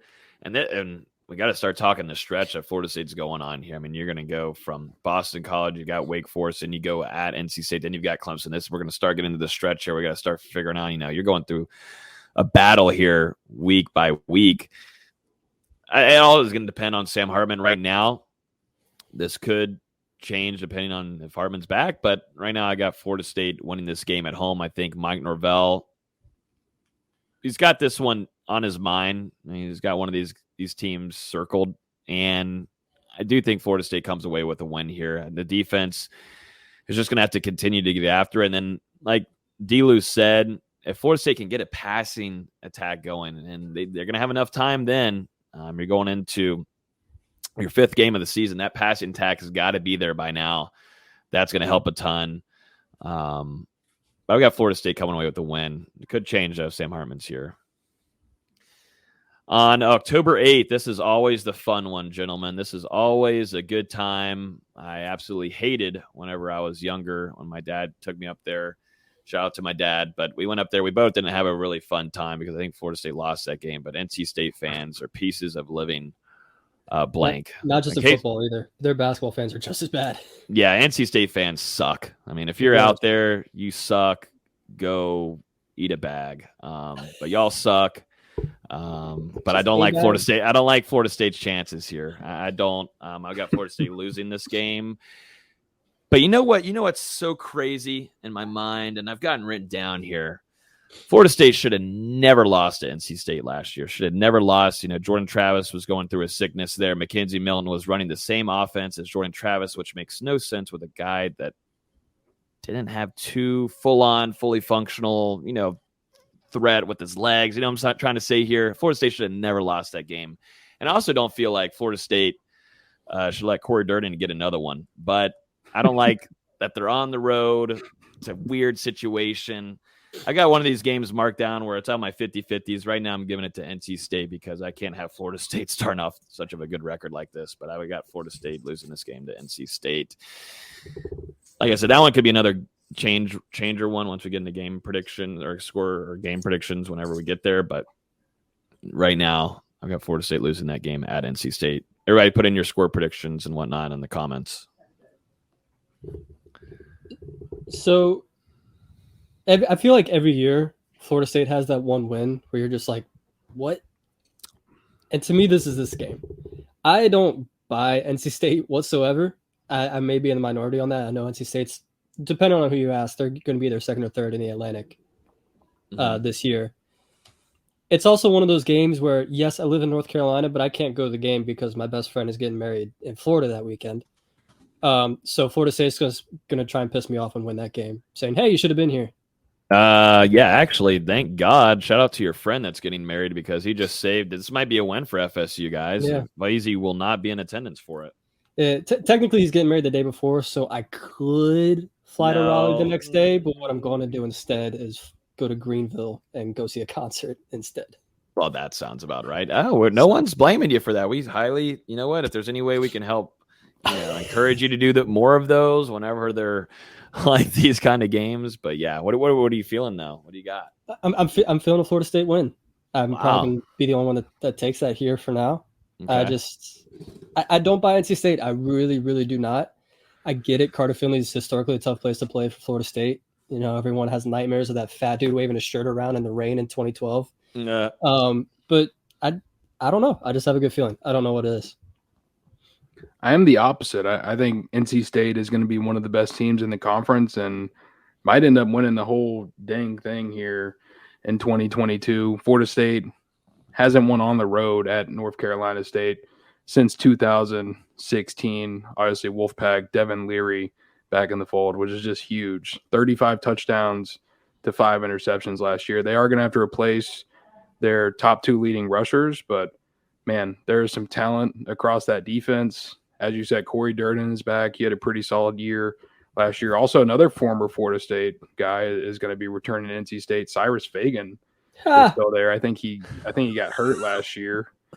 And then Drake Thomas, leading tackler, one of the standout linebackers in the ACC, is back to man that North Carolina State defense. I've got, like I said, I think this team could potentially win the entire conference when it's all said and done in December. I think this might be Florida State's worst loss of the season. Wow. Right now. It could always change, but right now.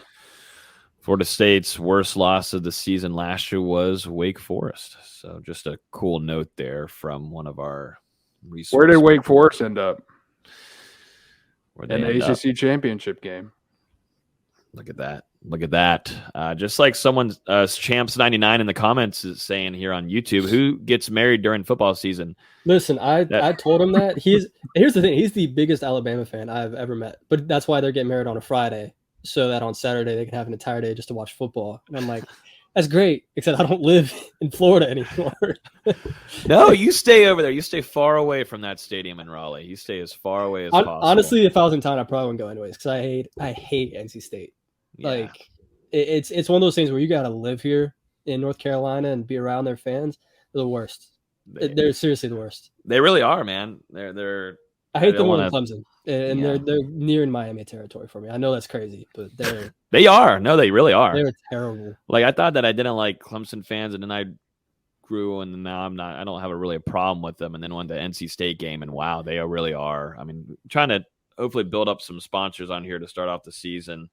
So I won't say anything too crazy, but just go eat a fat bag of you know what. You're on the bags today. Yeah, I want to say something at the end of it, but just really too much. Rated R. We're not a rated R show. We're a PG. I thought, listen, we should still have the rating. Yeah, we're PG-13, I think. But we can be explicit if we want to. So, NC State fans. All right, let's move on here to the next week. And wow. Here we go. I mean, this stretch is not fun, boys. I mean, you go from this is preseason ranking. Wake Forest, number 22. NC State, number 13 in the country. What's up next? The Clemson Tigers and Dabo Swinney, where Florida State and Minor Valley almost came away with it. Jermaine Johnson, man, making that play there in the red zone, on the Tigers' red zone, coming away and taking it for 6. Just things didn't go the way that Minerville and Adam Fuller and that defense really wanted to. Too many penalties, making too many silly mistakes. You had DJ Lundy with the late hit there. Just silly mistakes that almost practically costed you a win there to be Minerville's biggest win and his career at Florida State. Initial thoughts heading into this one. You know, what do y'all think about DJ, the quarterback there for Clemson? Are y'all with the ukulele that you smashed? Someone Still got it earlier. No, I think I finally threw it away. But someone asked about it way earlier if I was going to break another ukulele. Ooh. Well, yeah, not tonight, but when we get the game week. I think that was a one-time thing. That was a spur of the moment. Had to surprise the guys. Whoa! What about Florida State starting off? If they're at least 4-1, 5-1, like We'll see. I feel like it's hard to be worse than he was last year. I mean, he was horrendous in certain games. Once they got Will Shipley back, they ended up being a little bit better of a football team, able to use the ground game to help spur his throws. I don't think we're expecting much, honestly. Even if correct me if I'm wrong, I feel like we've heard nothing about Clemson this entire offseason. It's been quiet. It's been that way for 2 years now. It's been that way 2 really years quiet. now from Dabo. I don't know how to feel about it. Venables is gone. Got to note that too on the docket. Venables for Clemson. Tony Elliott.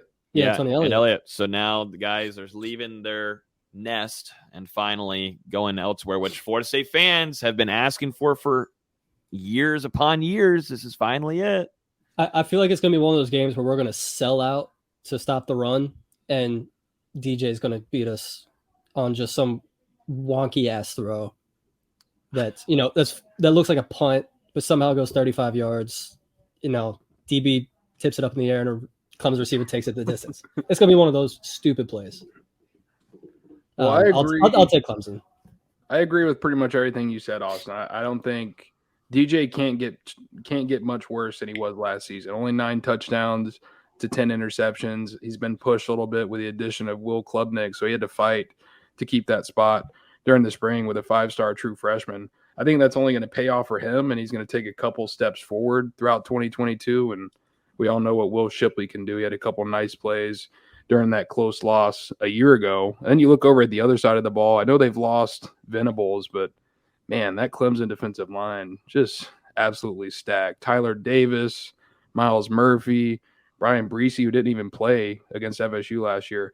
Brian Breesy played 4 games last year, only played 4 games due to injury, and still somehow made third-team All-ACC. That kind of blew my mind when I was doing research earlier. He played in the third of the games and still somehow made an all-conference team.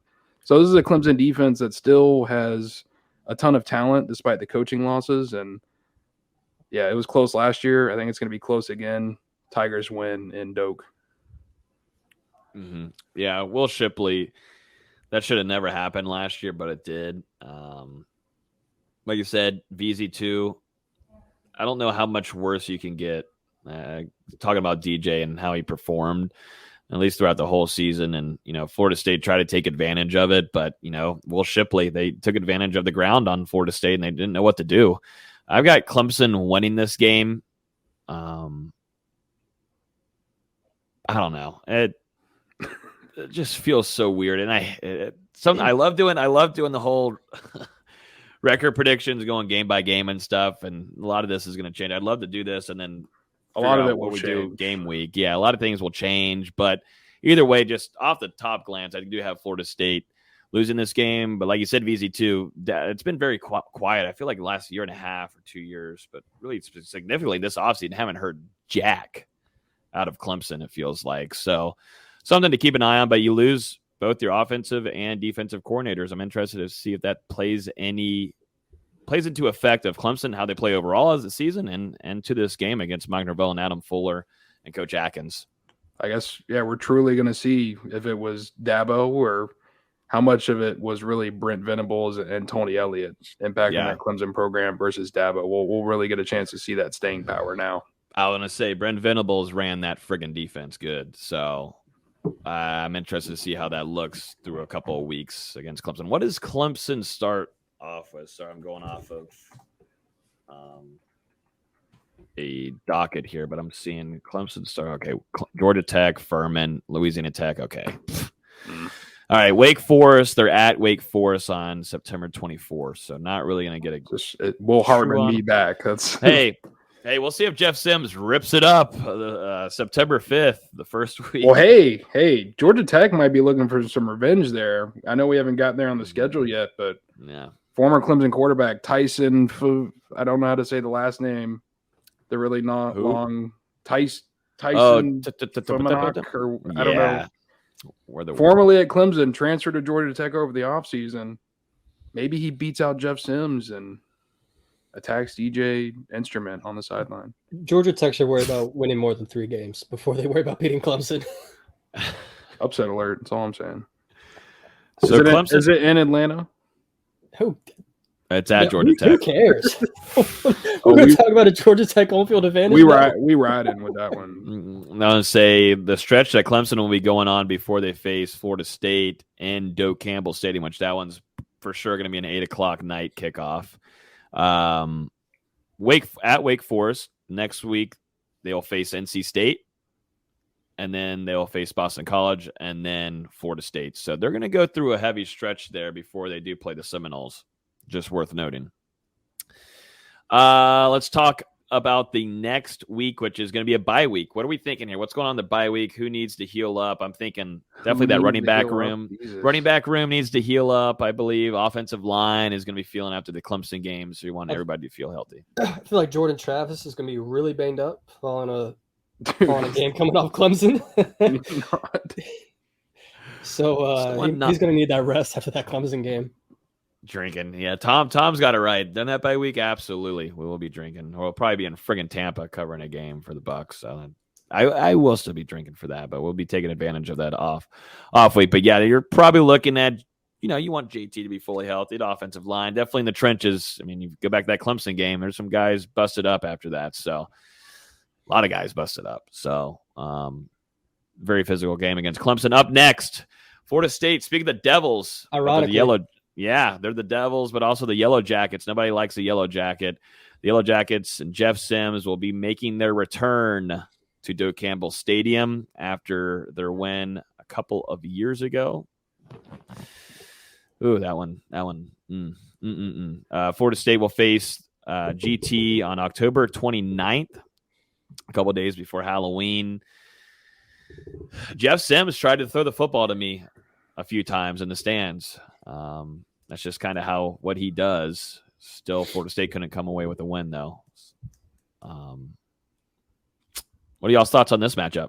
What are we thinking here? I got Florida State winning this one, though. I do have Florida State winning this game. So as I just mentioned, Georgia Tech needs to worry about winning more than 3 games in a season. So far, under Jeff Collins, they've won 3 games every single year. He's currently sitting at 9-25 as a head coach in Atlanta. I don't think Florida State's going to be one of his 3 wins this season. But they were before. They were before. Not this time, Bucko. About Florida State. Florida State. Yeah, let's be honest. Collins is on one of the hottest seats in the entire ACC. So who knows if he even makes it to October, whatever day you said. I'm not even sure if he'll still be around in Georgia Tech by then, depending on how the first half of their season goes. So this is a guy that's fighting for his job. Jeff Sims, also a guy who is fighting for his job. Georgia Tech, they brought in Akron transfer Zach Gibson, along with the Clemson transfer I mentioned earlier, Tyson, last name to be determined.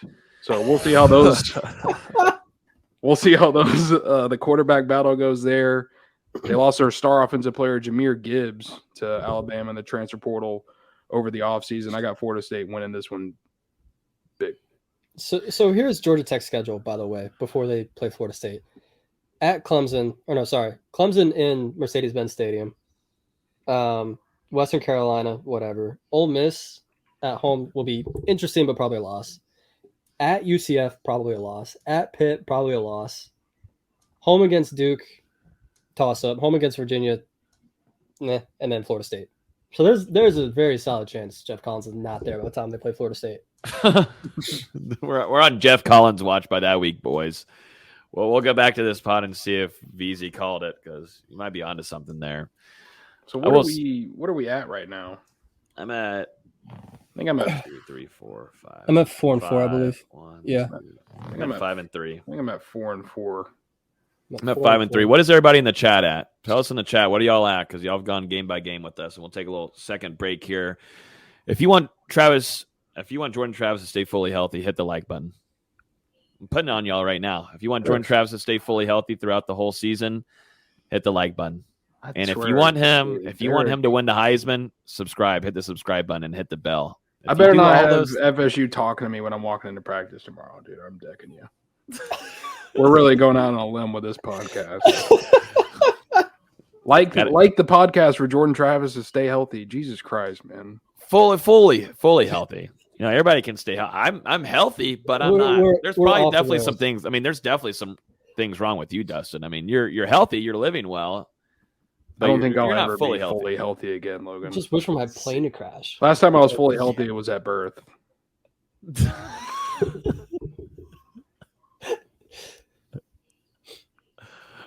I'm not so sure about that one, but we'll evaluate that and ask your mom at the next birthday dinner. Mark's got 6 and 2. Woo!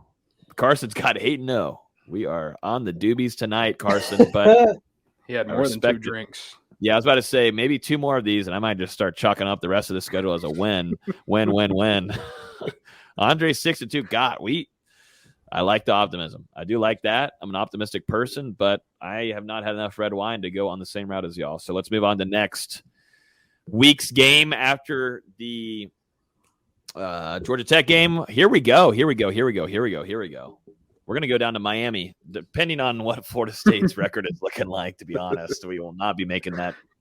We will not be making that travel if it's a lot of losses on the docket. But Florida State will be facing Miami at Miami this upcoming season. That is going to be on November 5th. The Hurricanes ranked at number 16 in the country. Number 16 in the country going into it. You bring back Tyler Van Dyke, which Keir Thomas and Jermaine Johnson made their little beep. What? I don't know. What? No, nothing. Either way, Florida State is going to have a good time down there in the rented stadium where the Miami Dolphins play. What are y'all's thoughts on this game? Florida State, Mike Norvell got the win, his first rivalry win to note for Mike Norvell. Last year, I actually predicted the exact score to this game, if you guys remember that, for Florida State to win that. You know, no flex or anything, but we'll have to check back on that. I sure did, and I tweeted it and made sure everybody knew that, but I predicted 31-28 FSU to win because I remember you being right next to me in the press box. I was like, oh, my God. I just predicted that score and Florida State to win. This is the best night of my life.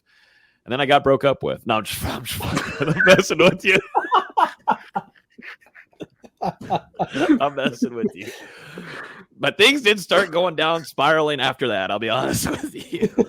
kind of had too much of a good night after that Miami game. But all right, let's jump into the game predictions here, gentlemen. What do you think this is going to come down to first before you give me anything? What is it going to come down to for Florida State to get this win? Because they did it last year with the pass rush. We talked about it. Florida State had to get after Tyler Van Dyke.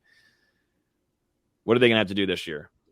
I think it's going to be pretty similar. Get in Tyler Van Dyke's head early and often. There's a lot of hype surrounding Van Dyke this season. You know, he played well in that final stretch of the games last year. But now that there's more film on him this year, we'll see how he does. He's gonna really want to prove himself in this game with how last year turned out, all the Tyler Van Spike jokes. You know, he's gonna want to and prove something wrong. So I wouldn't be surprised if he comes out, tries to lean in it. You know, if Florida State can get the pass rush going or the DBs can get a couple picks, you know, that's gonna be the big thing. You're gonna have to stay on top of him. I agree. It's going to come down to Tyler Van Dyke, and I've said it before. I think this is one of the best quarterbacks in the entire ACC. 25 touchdowns to 6 interceptions, and like you said, Austin, he's got this game circled because he had a bad game against Florida State last year. I believe it was at least 2, if not 3, of his 6 interceptions came against Seminoles as well. That strip sack from Jermaine Johnson, and then the spike at the end. He still threw for over 300 yards in the game, ended the season with 4 straight 300-plus yard passing performances. But that's one that he's not going to forget, and he even said so earlier this preseason whenever he was asked about it. But last year, Florida State snapped a 4-game losing streak to Miami in Tallahassee. We'll see how things look under Mario Cristobal. I really think it's going to come down to that offense. You know, Mario, more of a run guy at Oregon. So we'll see if he makes that transition similar at Miami, or if they decide to stick with their strengths and Van Dyke's arm.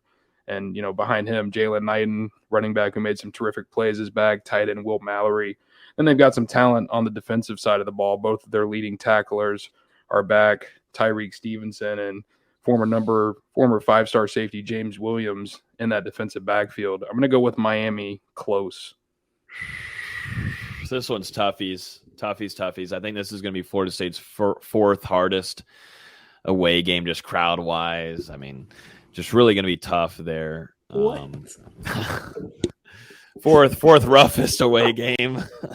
Throwing shots, Austin. Throwing shots. I know, but all right, go ahead. I'm throwing shots, but no, I do think it is going to be. I mean, everybody that's never went to Miami is going to be there. They're going to have all the chains imaginable on, even though Mario Cristobal got them off. The fans aren't, you know, they don't really follow it until they get to go there and drink before the game in the parking lot. Hopefully, I'm not there. I don't know if I'm going to be like able to get inside the stadium, but due to all the trash talk that we're doing here, and I don't know. I think Florida State knew how to take care of Tyler Van Dyke last year, and the main help to that was Jermaine Johnson. Florida State doesn't have Jermaine Johnson this upcoming season. I got Florida State right now, it's worth noting right now, we got Florida State losing this game. It's all going to ride on, I think all the season is, but it's going to ride on Florida State's Jordan Travis, and it's going to come down to if Florida State can get a passing attack going, because I think they're going to really Miami's defense, they're going to try to shut down that run. If they can get the passing attack going against the Hurricanes, I like a better chance there. But I got Florida State losing this game against Miami, but I do have that's one I'm keeping a close eye on. That's might change when we get into game week. If my let me get my prediction. All right. Oh, you didn't get it? Oh, my bad. I'm in another glass of wine. That's crazy. If Miami had an actual home stadium, I feel like this would be a lot tougher. But with this essentially being a neutral site game, I'm going to say Mario Cristobal looks Mario Cristobad, and Florida State comes out on top. Oh, God. You just pulled a Dustin. How long were you thinking about that one? Yeah, no, he's gone. You might as well skip the Syracuse part, because I'm not spending more than maybe a minute and 20 seconds on this one. I'll be honest with you guys. Oh, you should. I got something to say. Oh, my God. Jesus, help us. All right, so we're wrapping that one up. So making sure I'm not getting too crazy on my record here. All right, so Florida State. Where am I at? I am at 1, 2, 3, 4. You're at 5 and 4, right? Yeah, I'm chilling. We're doing good. I'm proud of myself. Florida State. I'm heading in a really interesting direction now that I wasn't expecting. All right, Florida State goes to Syracuse. I have no interest in going to that dome whatsoever, but this is going to be taking place. Dude, Syracuse in November. I'm saying nothing more beautiful than Upper New York in late November. In a basketball dome? Middle November. At that point, our budget's not going to cut it. Not going to cut it, sadly. But November 12th, Florida State goes and faces Syracuse up there. That one's probably going to be a noon game. Let it be a noon game. If they could play it at 10 a.m. right when I wake up, I'd be fine with it. Just get it over with. But I got Florida State winning that game. If it was outdoors, I think Florida State would get smoked just because they'd have to play in the snow. With it being in the dome. Great analysis there. Open the dome. Smoked. With it being in the dome. When was the last time Florida State played really in the cold? Was it against Boston College when it was freezing cold on a? Dude, I was cold last year in Boston College. Yeah. Oh, so, my God. I got Florida State and by double digits. Okay, good. Thank you. Yeah, this was a close one in 2021. Came down to that game-winning field goal.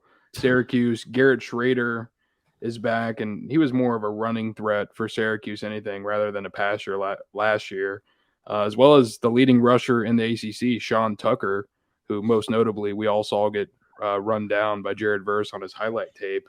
Syracuse also has linebacker Michael Jones, 110 tackles, 13 tackles for loss, 4 sacks last season, as well as another good linebacker coming back. But I'm going to go with Florida State. All right, why do you look like that? We just had another bot come into the chat and say best adult dating site. All right, don't read. I won't read the rest of it. I'm going to go Florida State over Syracuse to get to 5 and 5.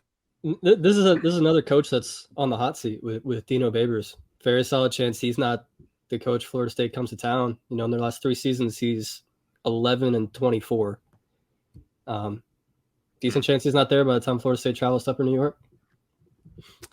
You're keeping an eye on these guys. I'm keeping an eye on it. Yeah, keep a close eye on that for us, VZ.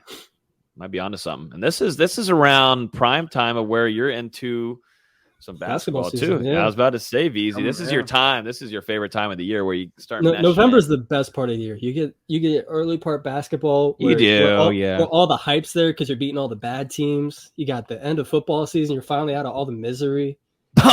You see the light at the end of the tunnel. No, I just think about how much money I'll lose betting. So that's just such a good time to lose a good couple hundred, if not more than that. So sounds beautiful to me.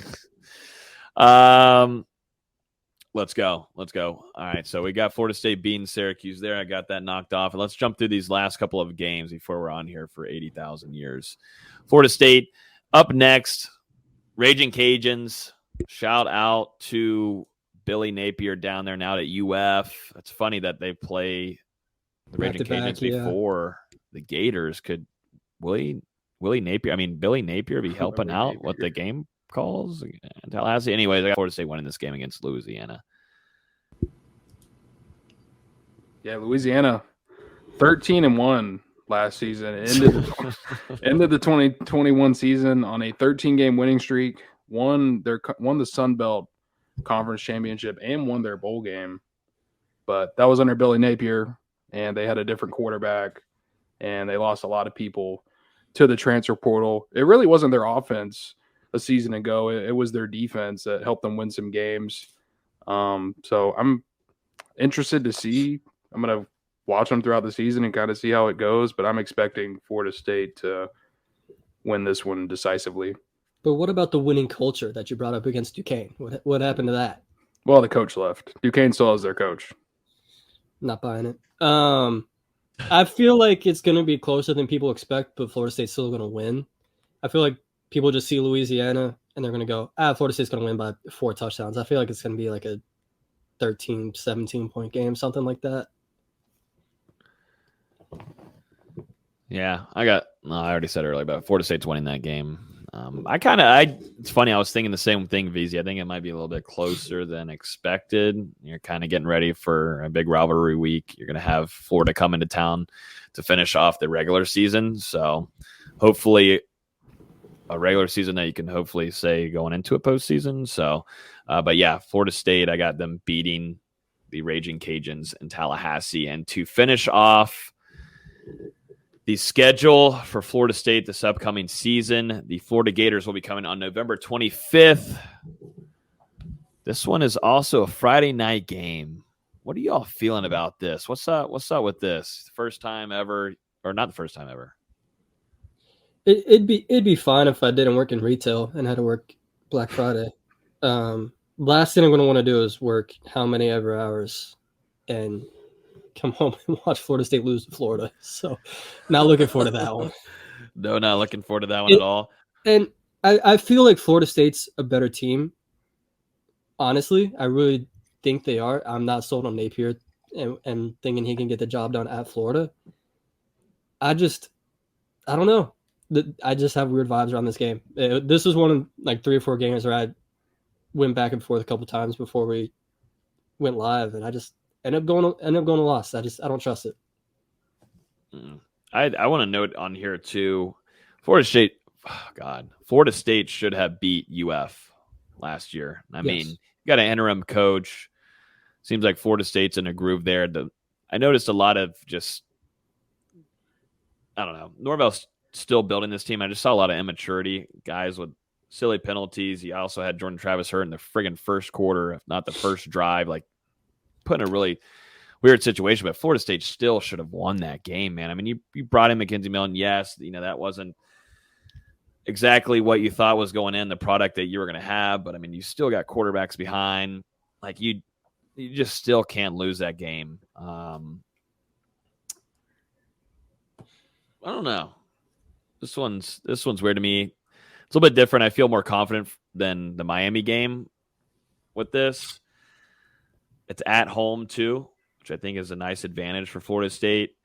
I got Florida State winning this game. Anthony Richardson. I want to see more from him. I think there's some inconsistencies there, but maybe since he's a true QB1. There's a lot of hype behind Anthony Richardson right now. There's a lot of first-round talk behind him that we haven't seen. Yeah, he's had some good camp highlights, but he needs to show it in a game.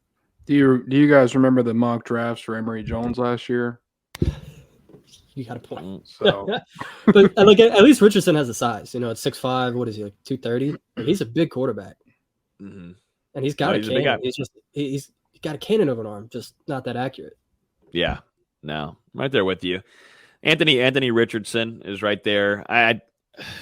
This one's so later in the season too, but yeah, I've got a win for Florida State at home. A lot of this stuff can change, like we said, but I do think that Florida State has the advantage here. I think it's going to take a little while for Billy to get down there and rebuild things. So I've got a win for Florida State to finish off the regular season against the Gators. This would be Mike Norvell's first win against UF. Yeah, hopefully I'm wrong, and we can just start calling Billy Napier Billy Taggart. That would be my favorite thing that we could do.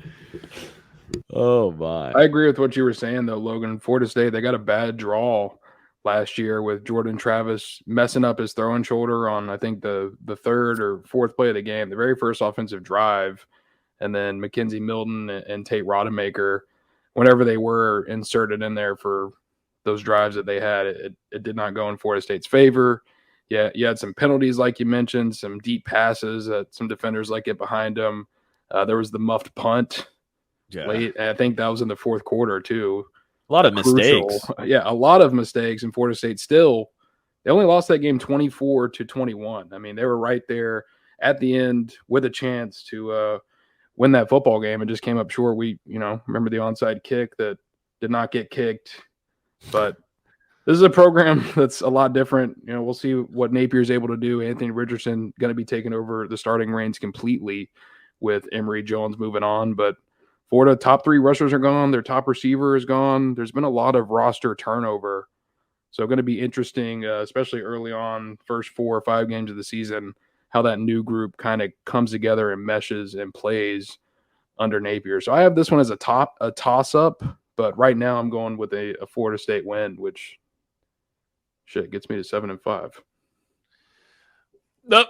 Yeah, exactly. I went one above than I thought I was. And these are all raw like predictions, man, because I took my notes down and stuff, but I kind of wanted to just go raw off of it. So I've got 8-4. Jesus. I'm gonna got 8-4. I think I do. 1, 2. I have 7-5. 4, 5, 6, 7. I have 7-5. I wanted 1, 6 and 2, 6. 3. Can I flip one of these? Yeah, 4. No. Can't change them now. We're set in stone, baby.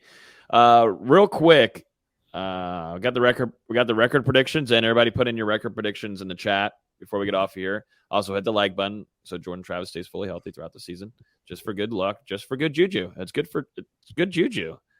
I'm just saying, if we get to 100 likes, man, you're looking at a Heisman. Last time he had a good juju was in Pittsburgh, and he ended up being bad juju very quick.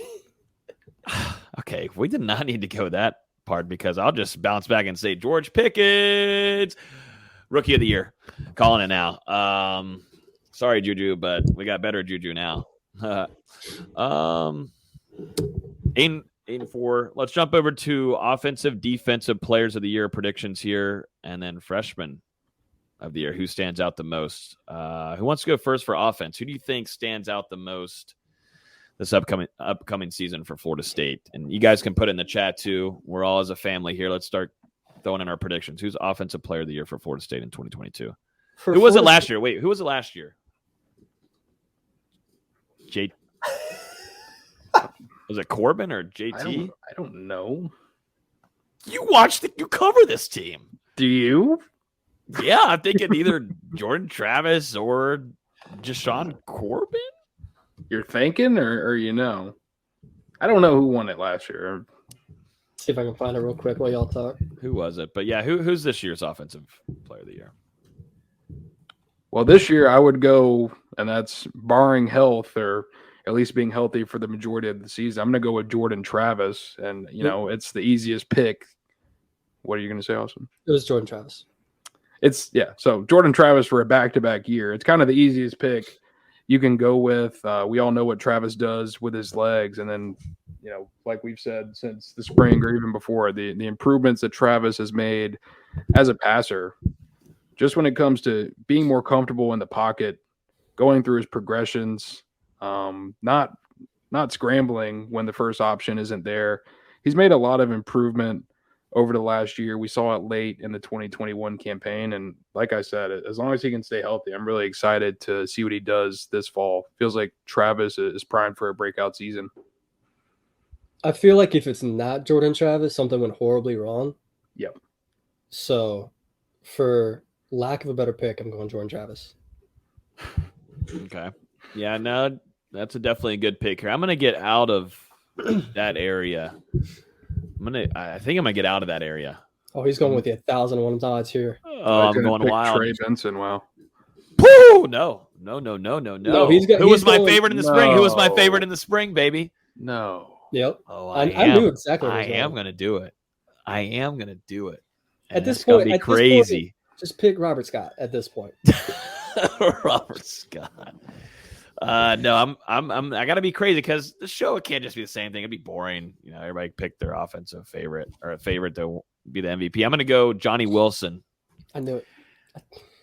I think he's going to score a lot of touchdowns for Florida State this upcoming season. I don't know if that's going to overplay JT because he's going to be the one throwing it to him, but I think Johnny Wilson is going to be your offensive MVP if I had to give it to someone outside of JT. I just love what I've seen so far. I just want to see consistency in games, but he's a threat that almost nobody can cover at some points unless you're going to put a 6'3", 6'4" DB on him. You don't see a lot of those nowadays. It's going to be hard to cover him. So I got Johnny Wilson. Nasty red zone threat, but I've seen more out of him and different ways and practices that I feel good about him. I just think the receivers are going to rotate too much for it to be a receiver. What about I get you want to be out of that rotation? But what about if he's the best receiver out of that rotation? But if he ends up having 700 yards, and I feel like that's even being. What about if multiple receivers have? Dustin, Weren't you predicting that multiple receivers are going to have if multiple receivers have 700 two yards, receivers with more than 600 yards? If multiple have more than 600, how would one be an MVP if they both have statistical similar seasons? Mm-hmm. We'll see. And maybe I'm saying it because I loved Greg Carr back in the day, but I think he's just a different kind of specimen than Carr was. All right, defensive player of the year. Who's going to be Florida State's defensive player of the year? So last year was obviously Jermaine Johnson. Just got out of the way. I'm going to go. I'm between two. Okay. We'll discuss it. What do you got? I'm between Kayden Bethune and who I'm actually going to pick is last year's Bobby Bowden Leadership Award winner, Fabian Lovett. I feel like that's a bold pick, but I feel like he's going to have a huge difference coming up the middle. Jamie Robinson's going to be another likely choice as well, but I feel like, linebacker's going to get more stats. And I feel like Lovett's going to have a huge impact on this team, not just leadership like he did last year, but he's going to step up his play on the field this year. I like those picks. I don't think your Lovett one's bold, to be honest to me.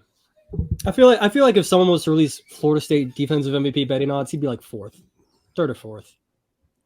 So not too crazy bold. You're in there. He was on my list, as was Bethune, and I'm personally going to go with Kayden Bethune because I really do like what that defensive line is going to be able to do, especially when you look at Fabian Lovett and Robert Cooper as space eaters and guys who are able to create penetration on the interior of offensive lines. It's going to give Bethune and Deloach and some of those other linebackers a lot of room to work there in between the tackles to go in and make plays. And you're bringing a guy in from UCF who's worked under Randy Shannon before, had a career year last year, triple-digit tackles at UCF. And head coach Mike Norvell, he said it after both scrimmages that Kayden Bethune is a guy that has shown up for Florida State. And we've seen it throughout practices. He ends up around the ball, getting these fumble recoveries, making some tackles for loss, sags, maybe a little quiet at times. But when the lights turn on, he's ready to go. And I think he's going to bring a big impact on that defense. Yep. The UCF transfer can get everywhere, man. He can grab tackles too. So I see a lot of Kalen DeLoach comments in here, and he's the guy that broke out last year. And that's one that I've had on my list. And I'm like, oh, man, this should be like a major jump for Kalen because I think he's just really smart-minded. He knows where to be. And that's what Coach Randy Shannon is really excited for this upcoming season with him. I'm going to keep it on the bold side of things, I feel like, and get outside of it. But I'm going to go with another favorite. And I'm going off of what I've seen in the spring, what I've seen in fall camp. That's all I need to see is Jared Verse. I think Jared Verse is going to be Florida State's top player out of the defense, a first-year player.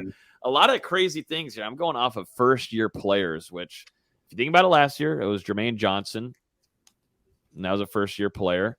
Last year, you had Jordan Travis, I guess, but at least defensively, there's 1 out of 2, so maybe my chances are 50-50 here that I might be able to grab another one. But I like Jared Verse. He's really came in, and he's also taken a leadership role. But like he said to us in an interview during fall camp, when the lights are on and he's in Doak Campbell Stadium, he hits a different gear. And that's scary to think of when what we've watched in fall camp and spring camp. I mean, he's been ultra impressive. And I've gotten to the point now where I'm telling my dad, like, I can keep telling you after practice he's had sacks. He's blowing up the offensive line. He's chippy. He's talking trash and whatnot. But it's at the point now where I'm excited for everybody to see it on the field. So I'm going to go Jared first. Get ready. I know it's only Duquesne, but when he's inside Doak, it's a different notch. So I'm getting a little bold here with some of these. There's a lot of good options on defense. Like, you can go so many different directions. I mean, I know it's crazy. We're not even saying Jamie. Yeah, we didn't say Jamie. We didn't even mention Akeem Dent, who we're all really high on going into the season. Mm-hmm. I mean, obviously, you just mentioned Kalen DeLoach that the comments are saying. I feel like Omarion Cooper is going to have a really good season. There's a lot of good defenders that you could call out. Yeah, what do y'all think going into the season, real quick? Offense, defense, what's carrying this team? Defense, not even close. I think there's granted, last year we kind of said the same thing, and it kind of took a while for it to catch up. I just think the defense has so much more talent. Hopefully Fuller can get these guys right. Yeah, I think if the season is going to go well, then it's definitely got to be the defensive side of the ball.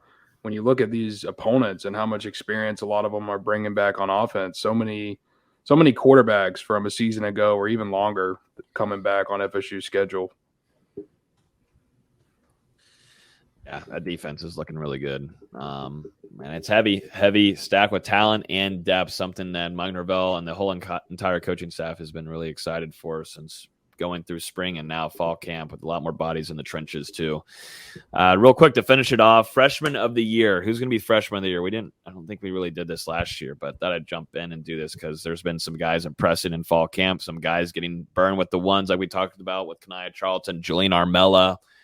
You've also been able to see some big time flashes from Azrae Thomas, Sam McCall, Amar Graham Jr. A lot of freshmen, man.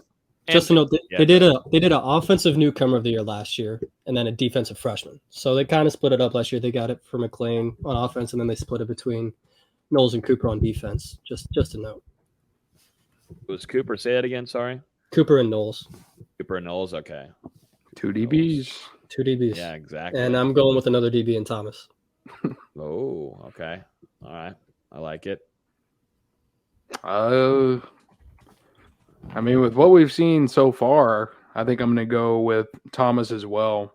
Definitely been the standout true freshman in fall camp. But, I mean, depending on how the season progresses and, with injuries and things like that, I think maybe Julian Armella, even to me, and maybe I'm getting ahead of myself here, but someone that I've been impressed with throughout camp is Brian Courtney. Maybe a dark horse to emerge in a tight end room that needs someone to step up throughout the fall. And then, like I said about injuries, maybe AJ Duffy. Fred, yeah. Whoa. Just to throw a couple names out there. We want to stay positive. But I'm going with AZ for sure. Gotcha. If all the likes on YouTube keep going up, then Jordan Travis, we won't see a lot of AJ Duffy this upcoming season. See Jordan Travis out there healthy. Fred's on here asking, do redshirt freshmen count? If so, Pat Payne is my freshman of the year. Does it? Knowles was a redshirt freshman last year, right? No. Or is he true? True. It's true. Okay.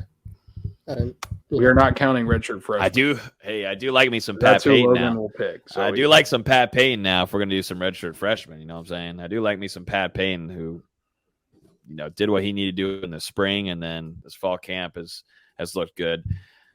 True freshman wise, if I can go redshirt freshman, that would be Pat Payne. But true freshman wise, and I think, to be honest, he's going to get burned this upcoming season. It's going to be Julian Armella. I do think so. I've seen a lot of good signs from him. He's still learning, still not going to be, he's not a true starter day one. He's not going to be out there in week 0 starting. But if someone were to go down, he's going to come in and I think do a really decent job. And that's really big coming out of a true freshman that is playing at the tackle position. He showed up in phenomenal shape. He listens well. He's coached easily. He's becoming a leader in that freshman room. And to be honest, seeing him go in battle against Jared Verse and Derek McClendon, Pat Payton every day, it's just making him better and better and better. For that to be a true freshman, I like it. So I think he's going to get some burn in case some guys go down this upcoming season. Hope not. Hope that doesn't happen. But I'm relying on him getting some playing time. So we'll see.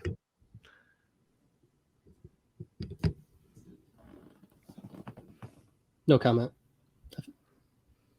It's tough on offense because, unless AJ Duffy unexpectedly plays, there's no skill position guys that are freshmen. Don't forget about Rodney. Whoa. What about Jarrell Powers? I said Brian Courtney.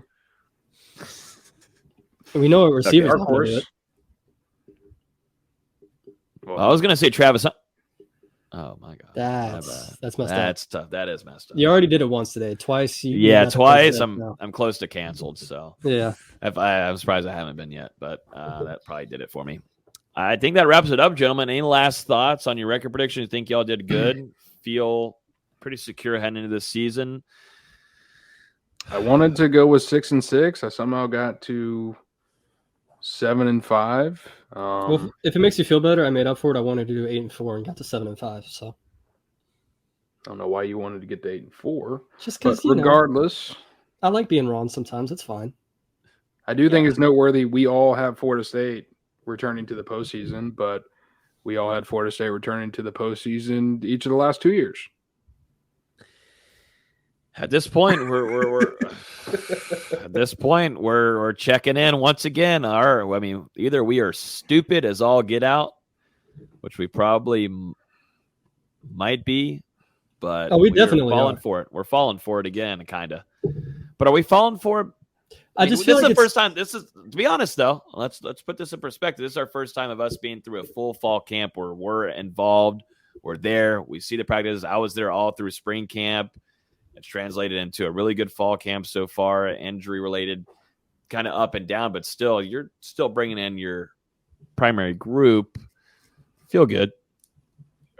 And I feel like if you the most important part is getting through those first 6 games. If you can get through those first 6 games 3-3, I feel like you feel pretty good the rest of the way. It's going to be a wild ride. I have a feeling we're in for something interesting this season. I'm hoping a good one too. I mean, an 8-4 season would be really fun to come on here and chat with you guys, do an instant reaction and such. It would be nice. Boom, Florida State takes down LSU, because we better do that instant reaction quick off the side of the road, because we are going to party in New Orleans. I will not be. I have a 9 a.m. flight the next day. Well, that is your fault. That is your fault. That was my only option. Literally, that was my only option. It was either that or 6 a.m. So, yeah, I'm up for anything over six and up is what I'm good with. Just get to a bowl game. Get us back to the postseason. A couple more weeks of coverage always helps out the website. I was about to say that Dustin's meaning he just needs more clicks through December. I need more money. And I feel like it's safe to say if Norvell doesn't get to six wins, he's going to be – if he's not out, he'll be on the hottest seat. Seat's going to be hot. The country. That seat's going to be burning. Yeah, it is going to be hot. Jeff Collins seat. Yikesies. That one's really hot. But, yeah, I think that practically wraps up the entire show for our 2022 season preview and record predictions. It's in the bank now. We'll go back and look at this and laugh at it probably in January, or maybe we'll laugh at it at the end of November. We hope not. Optimism is key here. So Florida State will kick off the season next weekend on Saturday, which still is amazing to me that we've already made it this far. But we will go live next Wednesday. Our schedule is set now. We're no longer changing days all around. We will be set on Wednesday nights this year. We used to do Thursday nights. We're going to move them to Wednesdays, so then it will give you time for all of you to go in and watch or listen for whatever ways that you go in and listen to the podcast or on YouTube, whichever way. It's going to give you all an extra full day to listen and get our coverage from game weeks. So I feel like that's a lot better than y'all hoping to get all your info in on Fridays. So Wednesday nights at 8 p.m. Eastern time. Definitely appreciate everybody coming on here and hanging out with us. Hopefully everybody enjoys the rest of y'all's week. As always, you can listen to podcasts on iTunes, Google Play, Spotify, YouTube. If you're on YouTube right now, and I know a lot of y'all, over 100 people are still on here. We're at 75 likes. Bump it up. Keep on hitting that like button. We would definitely appreciate it if you've made it this far. Smack that. It helps get out to a lot more FSU fans. And so it's been a really fun offseason. Next week, we will preview Florida State versus Duquesne in week 0. We're getting close, gentlemen. We are getting close. So it's crazy. It's blowing by, but I'm at the point. I'm kind of like the players now. I'm ready to see a different. Ready to hit somebody? I'm ready to hit somebody. It might be you, Dustin, tomorrow morning. I don't know. Well, I'll keep my head on a swivel. I'll see you out there nice and early. Yep. See you bright and early. All right, guys. Everybody enjoy the rest of y'all's week. We will see you guys next Wednesday night at 8 p.m. for Florida State versus Duquesne.